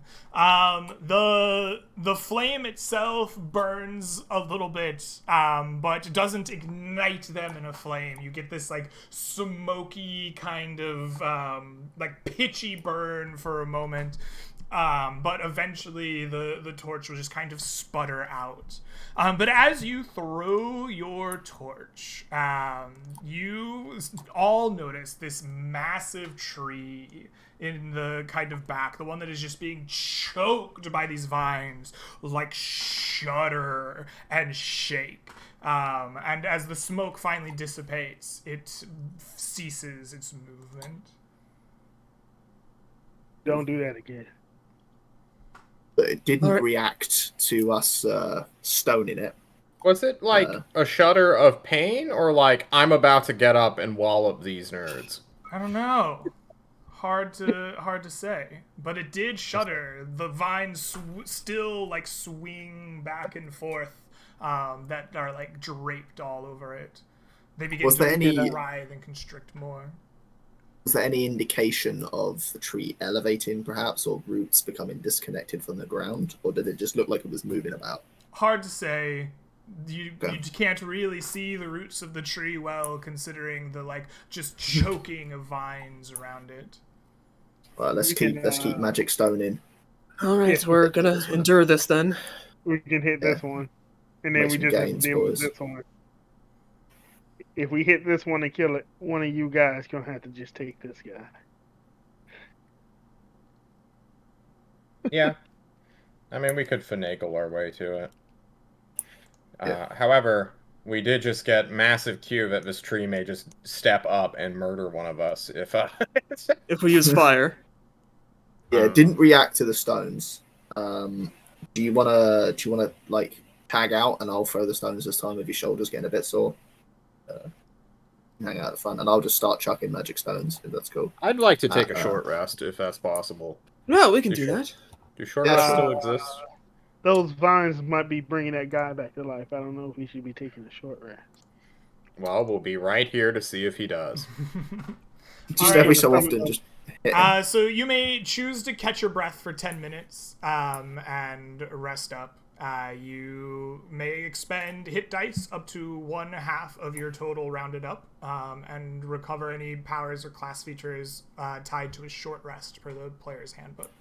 As you spend your 10 minutes catching your breath, drinking from your water skins, maybe you bind some wounds up, you have that ability to just kind of restore your vigor, getting ready for your next round of stone throwing. Give us Yeah, a body tree. I'm not going to bother with the rest. I'm going to start immediately throwing stones just when they're chilling. I'm good. For 10 minutes, people are just resting, having a good time, and Edelward's just like, ah! Whack. Ah! More stones! Ah! Reloading. Reloading. Every 18 seconds. Just...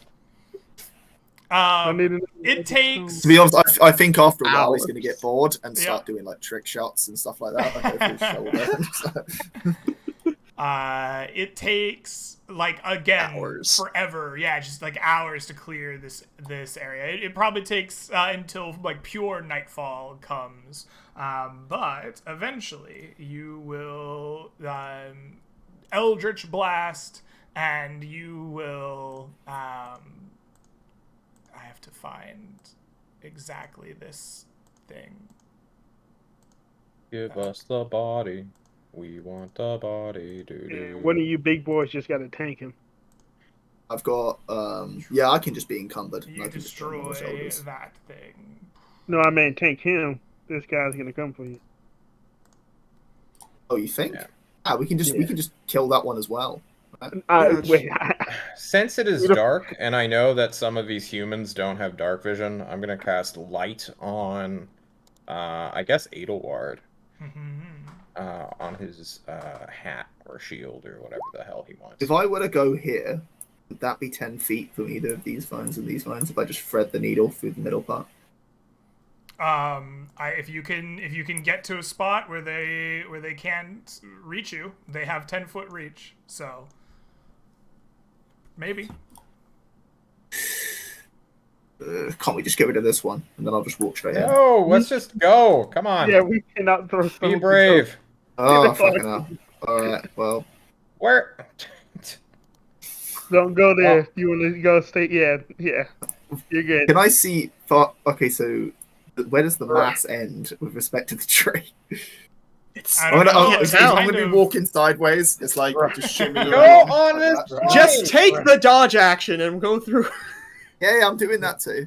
I'll just go through and come around. I'll pick up his body and fireman's lift it. All right. And then just start going back. You carefully retrieve a torn and like messed up body. The black robe ripped asunder, and like his body like has been almost like constricted and squeezed. The like needle-like thorns of this like mass have been like tearing at his flesh. It hardly you could hardly recognize the creature. He's also probably been hit by some stray eldritch blasts and magic stones a few like 100 times as you've been destroying this massive of vines as well. Can I recognize their ethnicity at all? Like they sounded like maybe they're Drow or whatever if it's Underdark, or are they just? This is not a drow at all. In fact, the body looks fairly human. Okay, fair enough. And yeah, now comes the loot time. Looking for that sweet gold. Anything on that? You toss the body looking for loot. The body itself holds a like necklace of like gold. The chain itself is gold, and it comes down to a kind of almost pendant. And the pendant itself shows like a skull like face and a like skeletal hand like reaching over or like on top of what like the ground maybe and like peering over it. It seems to be like imaged in this kind of pendant.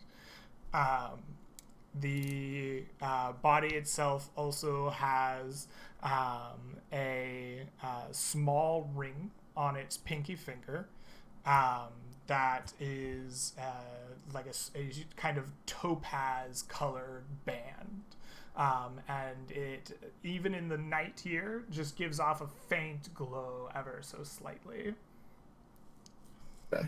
I'm gonna take off the jewelry, and with respect to the skull thing, I'm gonna hand it off to the loincloth man and see if because you said that he shared what similar orientation with respect to his magic. Do you think maybe he could get some use out of this?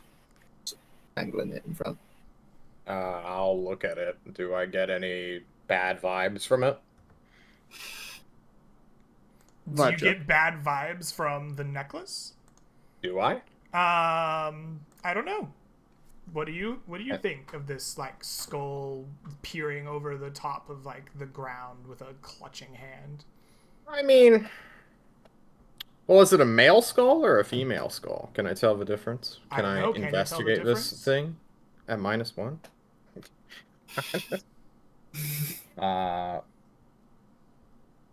I'd like to think I could. I'm a guy who Into was skulls. born of death. Yeah, I don't know if there's an identifying like sex of skulls, but if there is, maybe you can figure it out. Yeah. With respect to the ring, I'm gonna put the precious in my pockets and Okay. They'll be divvied up at the end. yeah, but just this is on my character sheet. Topaz ring.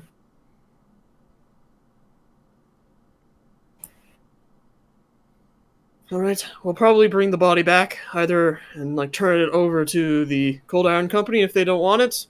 Maybe the Enclave might want to speak with it.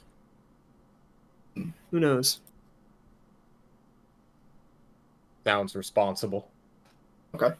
Shall we get a little bit far away from these vines before we set up camp for the evening? Yes. Sure. Do that. We'll walk maybe half an hour away or whatever, and then just chill out next to something that's very clearly dead, like a rock, not a tree. All right. Sure. You space yourself out, camp for the evening. If that is all, the camp goes well. Nothing assaults you in the night, and you can have yourself a nice night's rest out in the woods, having just defeated a warlock and some nasty vines. After a night's rest, and you sleep for 8 hours, you may expend any hit dice that remain in your pool, as well as recover any powers or class features tied to a long rest per the player's handbook. At the end of it, you will recover 1/2 of your total hit dice pool rounded up to be used in the next day. Any wounds and exhaustion will not be recovered until you get a full rest somewhere safe. Sounds good. We need to start heading back because we have 1 day of rations left. We can't fight a tree if it is Nope. a living tree. Nope. Yeah. Let's go back. Yeah, let's full send. What? What does that mean? You saw that tree move. It's probably alive. All trees are alive, except for dead trees. What are you talking about? What? You guys are delirious. We need to go. We're heading back either way. Okay. I guess we start heading back, Mr. Guide, or what's Yeah. Sure. All right. Yeah, we'll start heading back. With that, the party heads back, leaving the rest of this nasty business behind for another time. Excellent. So you are traveling back to Rhymeview, I assume, and you are walking. All right. Because you don't have another way. Excellent. So you are going to keep the same roles, I assume? Yeah. All right, Provisioner, you have at least 1 day's travel here. Are you Yep. continuing to pack rat with your wares? Mm-hmm. Okay, excellent. Then that is taken care of. Mr. Scout, as you are heading back the way you came, please describe for me your efforts to scout the terrain and make sure that you don't get lost or turned around like you did before. So I think this time it's going to be more trying to cool the areas in which he went off before, but still trying to utilize to the best of his degree that knowledge that he has of astral bodies and so forth, but it being adjusted now, so he's sort of aware of where they should be positioned with respect to his current position, and hopefully this time he'll do better. Alrighty. So your DC is going to be 15. Hold on. Let me double check my math there. So your base DC is 12. You do know your destination this time, but you are in a hostile area. So your DC will be 15. Go ahead and give me that nature intelligence check. Nice. Beautiful. Yes, you have experience now with the kind of celestial bodies of this area and how to keep yourself on track, moving southwest towards Rhymeview. Go ahead and mark inspiration, Okay. and your party stays on the course, moving where they need to go. Excellent. That is awesome. So. Good old, who's next here in my order? The guide. Good old, shepherd. Please describe to me how you avoid or stave off the, labors and difficulties of the journey for your party. His way in, Shepard noticed that there were no druidic marks, so as they were going in, he made druidic marks into the tree. And basically, on the way out of the forest, he's just following the path he already set. Okay, excellent. That sounds like a very wise thing. That sounds like survival wisdom. Yeah. Go ahead and give me a DC 18 survival wisdom check. Ooh, advantage because I am Outlander. Absolutely.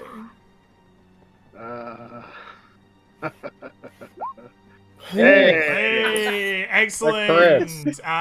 Please mark inspiration. You follow the tracks of your own druidic markings, finding the easiest kind of path through where the guide is telling you, or where the scout is telling you to go. The party makes it through without, exhausting themselves on something difficult or unfamiliar. Wonderful.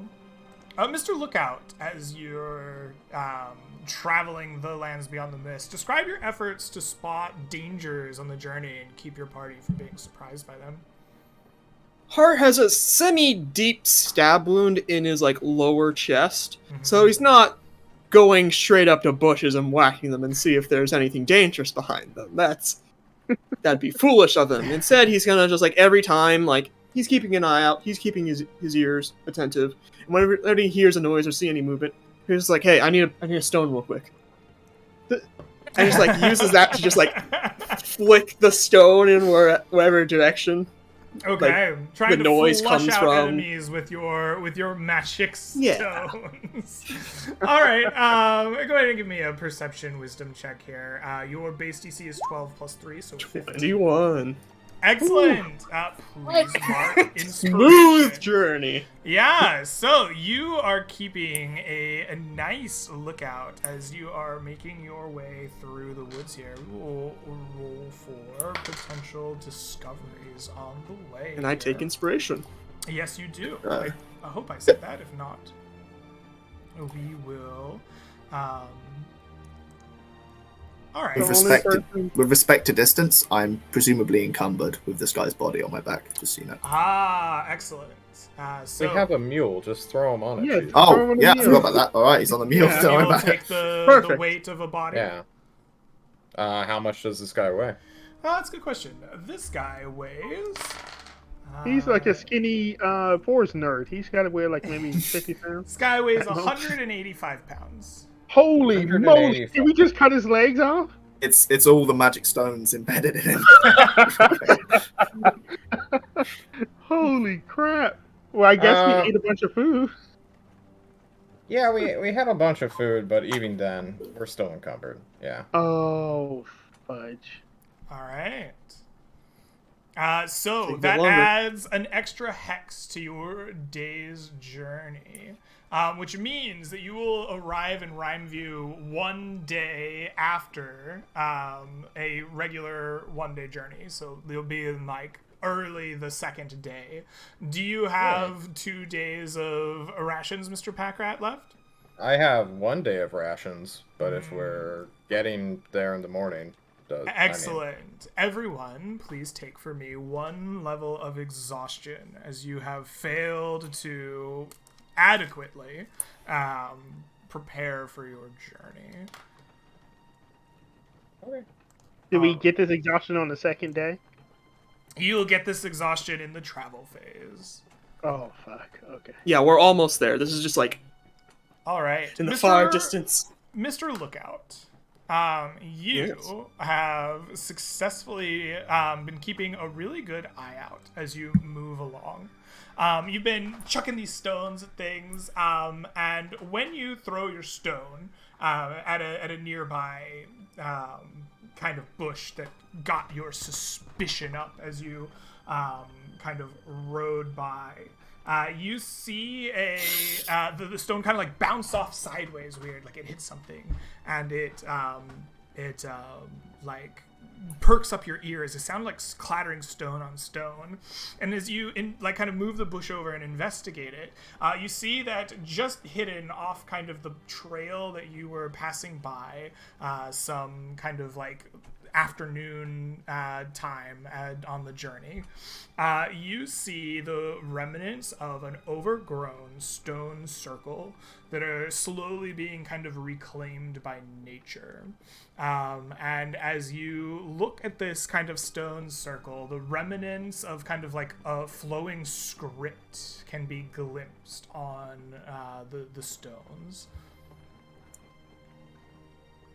And this is a script he cannot read in either Common nor Dwarvish. It is neither common nor dwarvish. He'll quickly call up the attentions of others. I found something. It's written. Can anyone read this real quick? Is it celestial or common? It is not. Can anyone read Elven? I think I can. Probably not, actually. Languages. Nope. Okay. Unfortunately not, though. Okay. Well, you sit and see an overgrown stone circle with this kind of flowing script. It's being reclaimed kind of by nature. On the stones themselves, the script is not entirely legible. Much of it is something that you can't read anymore. But there is this script on it that none of you can read. What do you make of this?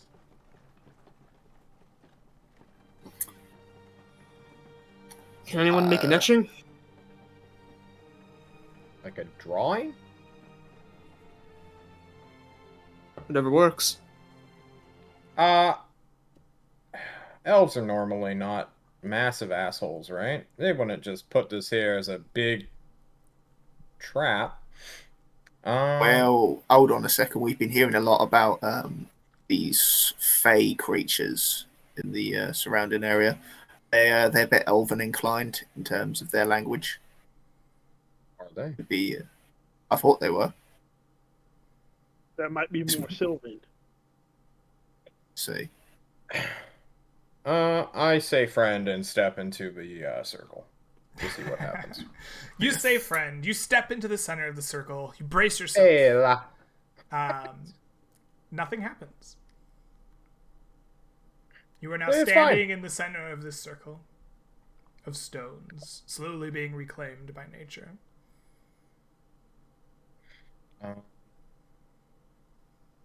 Just make note of it and move on. I want to mess Have with you, it a little bit more. Calm down. Alright. I am more arcana-y than anyone else in this party, but even then it's not that great. I would like to try to commune on a magical level, like sending out a little bit of my magical prowess and celestial blood into these runestones to see if that gets an effect. Okay. You sit with these for a moment, sending out a magic kind of signal to these things. Go ahead and give me an Arcana check, DC 15. Oh, this is -1, and if we're exhausted, it's at disadvantage. It is, So yes. Can you take my inspiration? I could, if you want to give That it to is me. how inspiration works. You can hand it to a player. Go ahead and take it. All right. Well, 17. All right.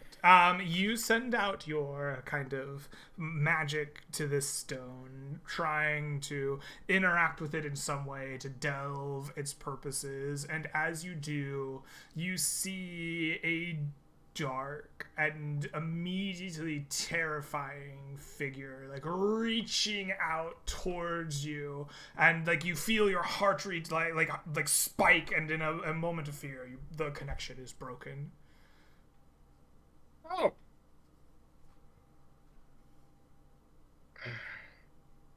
Commander, those could be some extra magic stones, mate. You might want to, you know what I mean? No. We should leave. This is evil. No! Oh, evil, cool. perfect. Yeah, let's Yep. go. I know evil when I see it. We'll put it in the report. Yeah, big evil stones. I look at the skull amulet in hand. Was it? No, Similar? it does not appear to be similar. Okay, well. GG. Okay. Do you leave the stones where they are? No further investigation required. I want to put some druidic on any nature that's nearby. So any stones that aren't that Okay. carved crap, just to leave a marking so it'd be easier to find. Okay, sure. You mark the area in your druidic ways, making it known and legible to any druid that comes by that some strange circle of stones is here. And I say evil in druidic. An evil circle of stones is near. Yes, a warning to druids that would come by this area. Yeah. Excellent. Did you do it in common too? Is that No. too much to ask? Druidic is You very only care about druids, huh? All right. Looking out for numero uno. I see how it is. You wouldn't get it. You're not a druid. The party Damn. continues. Are there any encounters you find on the way back?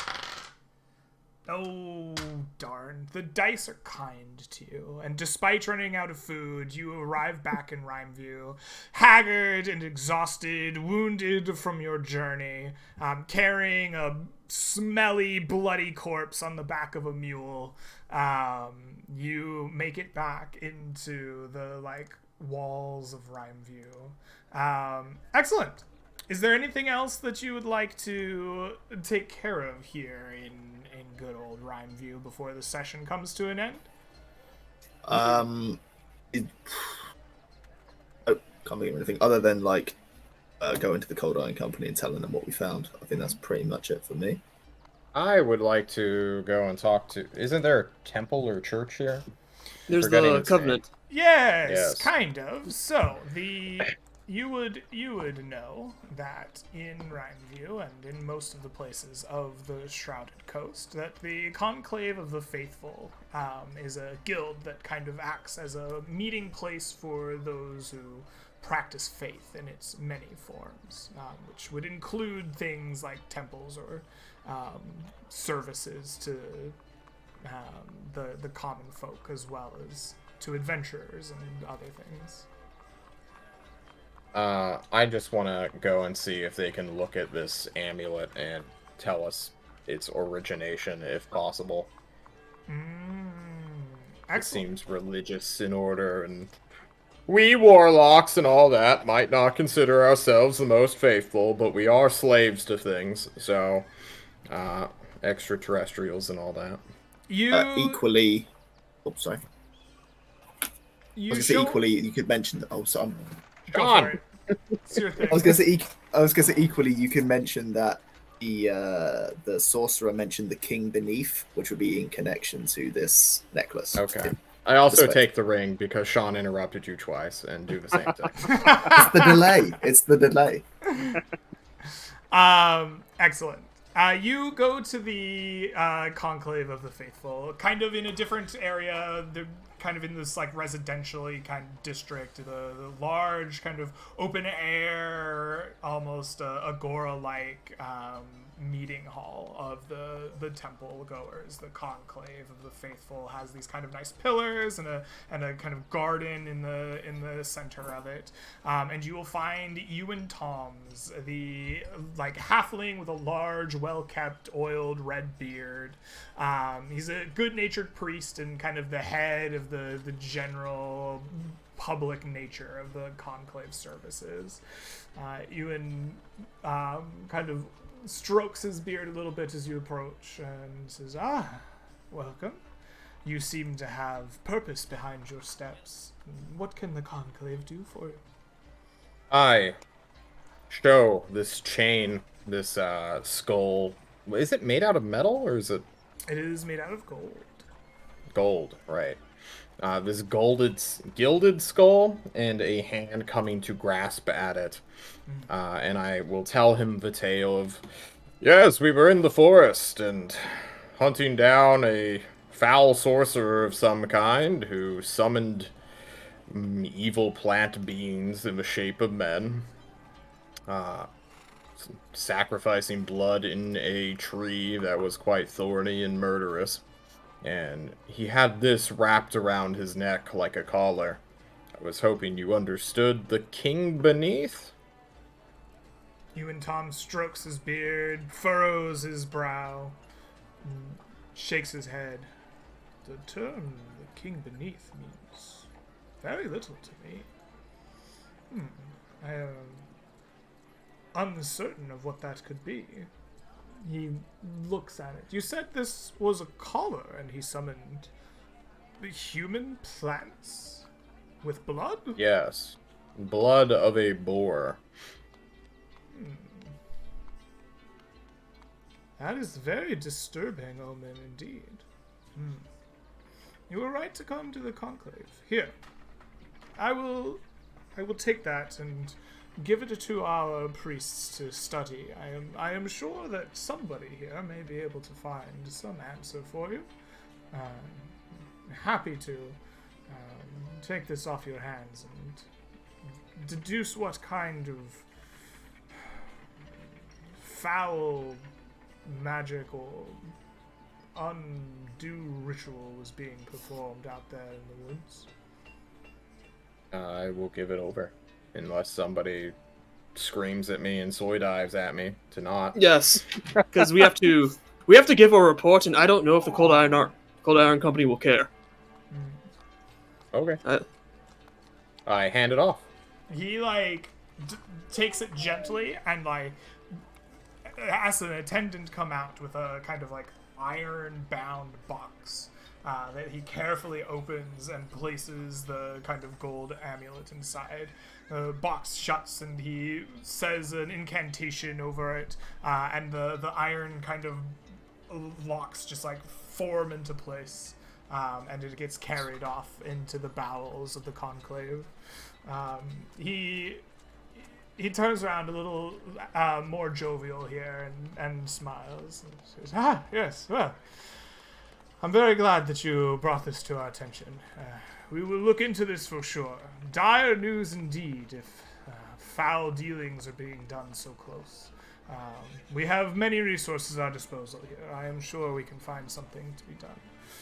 Out of curiosity, do you happen to know the history of this area? We found an elven runestone a day or so out of town. And, Elves were common in the forests around here, according to the books and teachings of people who came to Rhineview first. Some of the more long-lived races may even remember some. As the Imperium spread through the Shrouded Coast, the elves moved further inland. The forest beyond Heaven's Pillar seems to be more their home these days. But I could see the remnants of their forays out here being left, I'm sure. I see. So you haven't heard of any stories of dark-clad spirits haunting people near these things? Well, you would know the trouble we've had with devil-worshipping beasts out here. These strange new tieflings, they're everywhere these days. A whole new people. Made some pact with dark forces. Some of their kin are still around. I know that they're likely have not made the same pact, but they bear the mark of their ancestors' sin upon them. Perhaps this is what you're referring to? They were quite the dark cloud upon this entire region for some time.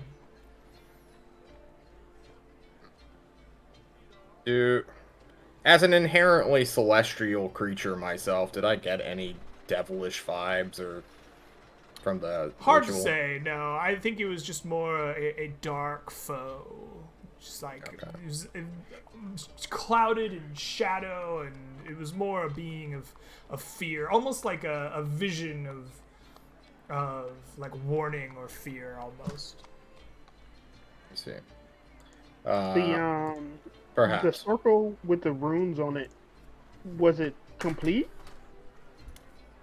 Yes, it was a completed circle. Okay, I thought it was half complete. I was like, ooh, okay. Alright, fine. Well done. I believe that concludes our business. It is good to meet you. I am Harold the Herald. Ah, welcome, Harold. Okay. Excellent. I will put in a good word for each of you. Alright, let's head to the Cold Iron Company. We I'll rush get this over business there. done with. Yes. Absolutely. You rush back, having taken almost exactly 5 days, but you make it back and rush over, finding the same excuse me, the same powerfully built dwarven woman, Hestelin Thunderdelver. She's you're back. Just in time too. Was about to repost that job out there. Figured you'd run afoul of some nasty creature. That we did. Yeah. Well, you took care of it. Perfect. Yep. You see this boy up here on this donkey?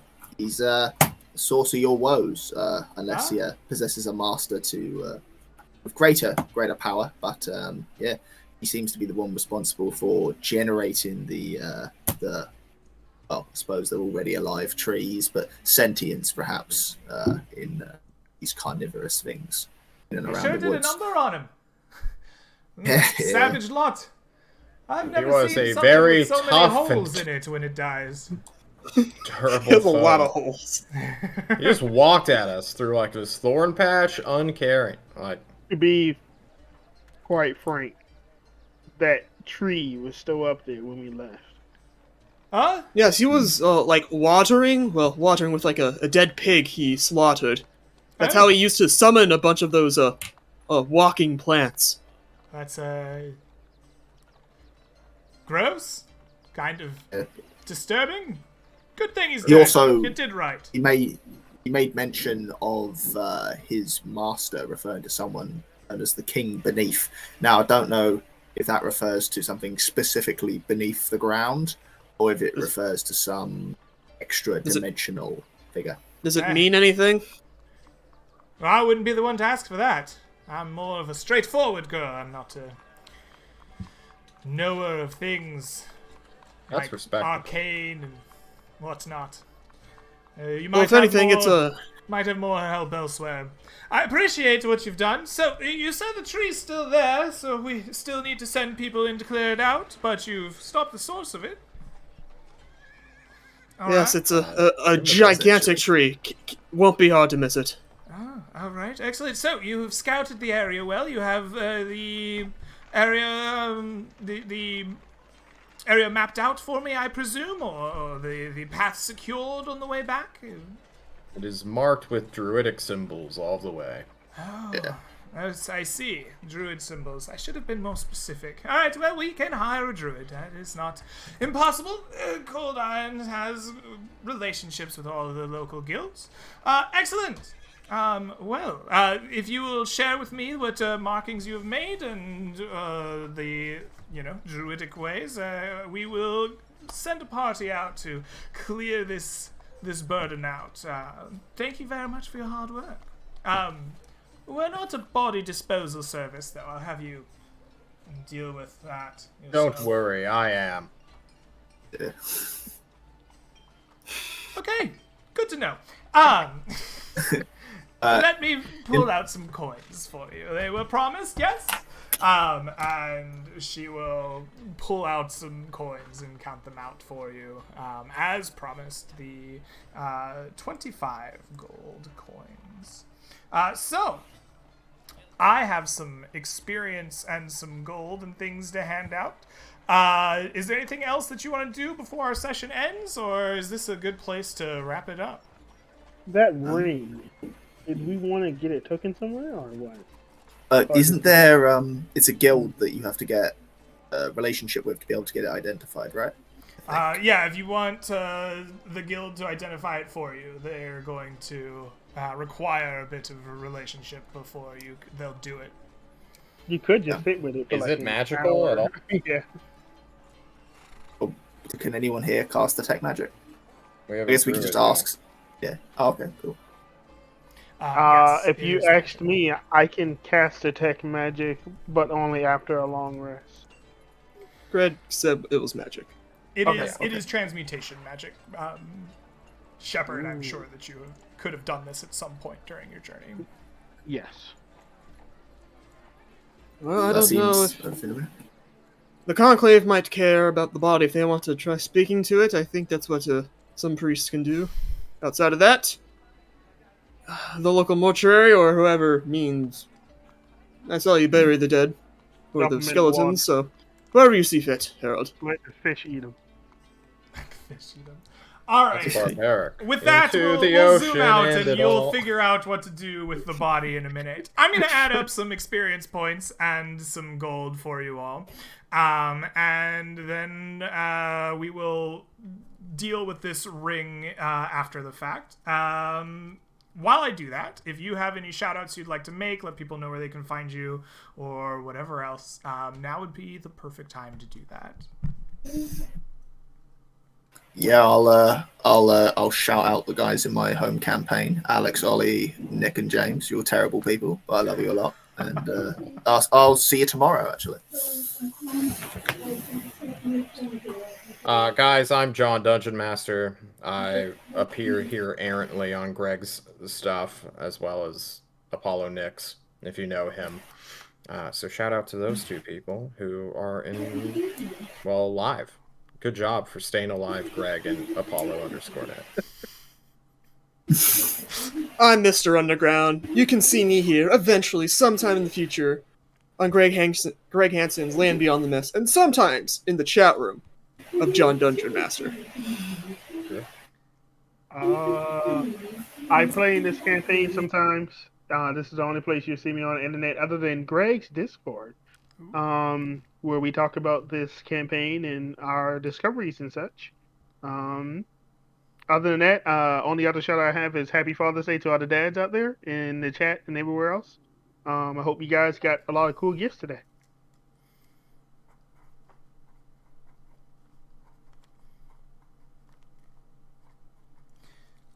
Awesome. I think that I am nice and done here. So, I want each of you to take home 362 experience points each. I also want each of you to take 25 golden coins each. Nice. In addition to that, you have each gained 10 reputation with the Cold Iron Company, and 5 reputation with the Conclave of the Faithful. Nice. Enclave of the Faithful. Oh, Is there anything you get at Reputation 10? Yes. you can definitely double check the Land Beyond the Mist kind of introduction document. It has a whole section of stuff about guilds at the top of it. We can now open carry weapons. And 5% discount on guild shop items, which are basic weapons and armor. Nice. Oh. Cool. So, You all owe me 4 gold. I will expect that in COD. Sure. Pays you 4 gold from Yeah, Heart. pays There you go. Yeah. No. we also have a ring to deal with. So this is a ring of Devil Sight. Once per day, you may speak its command word, and it will grant to you Devil Sight as per the Warlock. What do they call those? They're not Invocation. Thank you. Yeah, invocations. And this effect will last for 1 hour. The ring will need to be recharged each night by placing a single drop of blood upon it. Menacing. Yes. You Would all anyone may like to claim have the that. Ring of Devil Sight?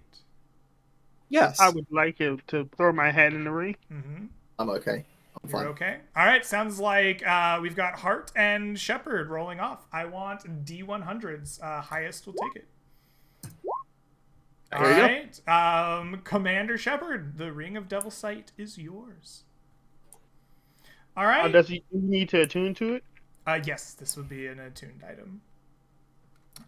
With that, the show is over, folks. Thank you very much for playing with us. I hope you enjoyed your time today. Chat, I hope you enjoyed it. We will have another one of these next week. Hopefully some streams in between. Hope to see you there. If not, have a great rest of your day, night, week, whatever it is till I do see you again.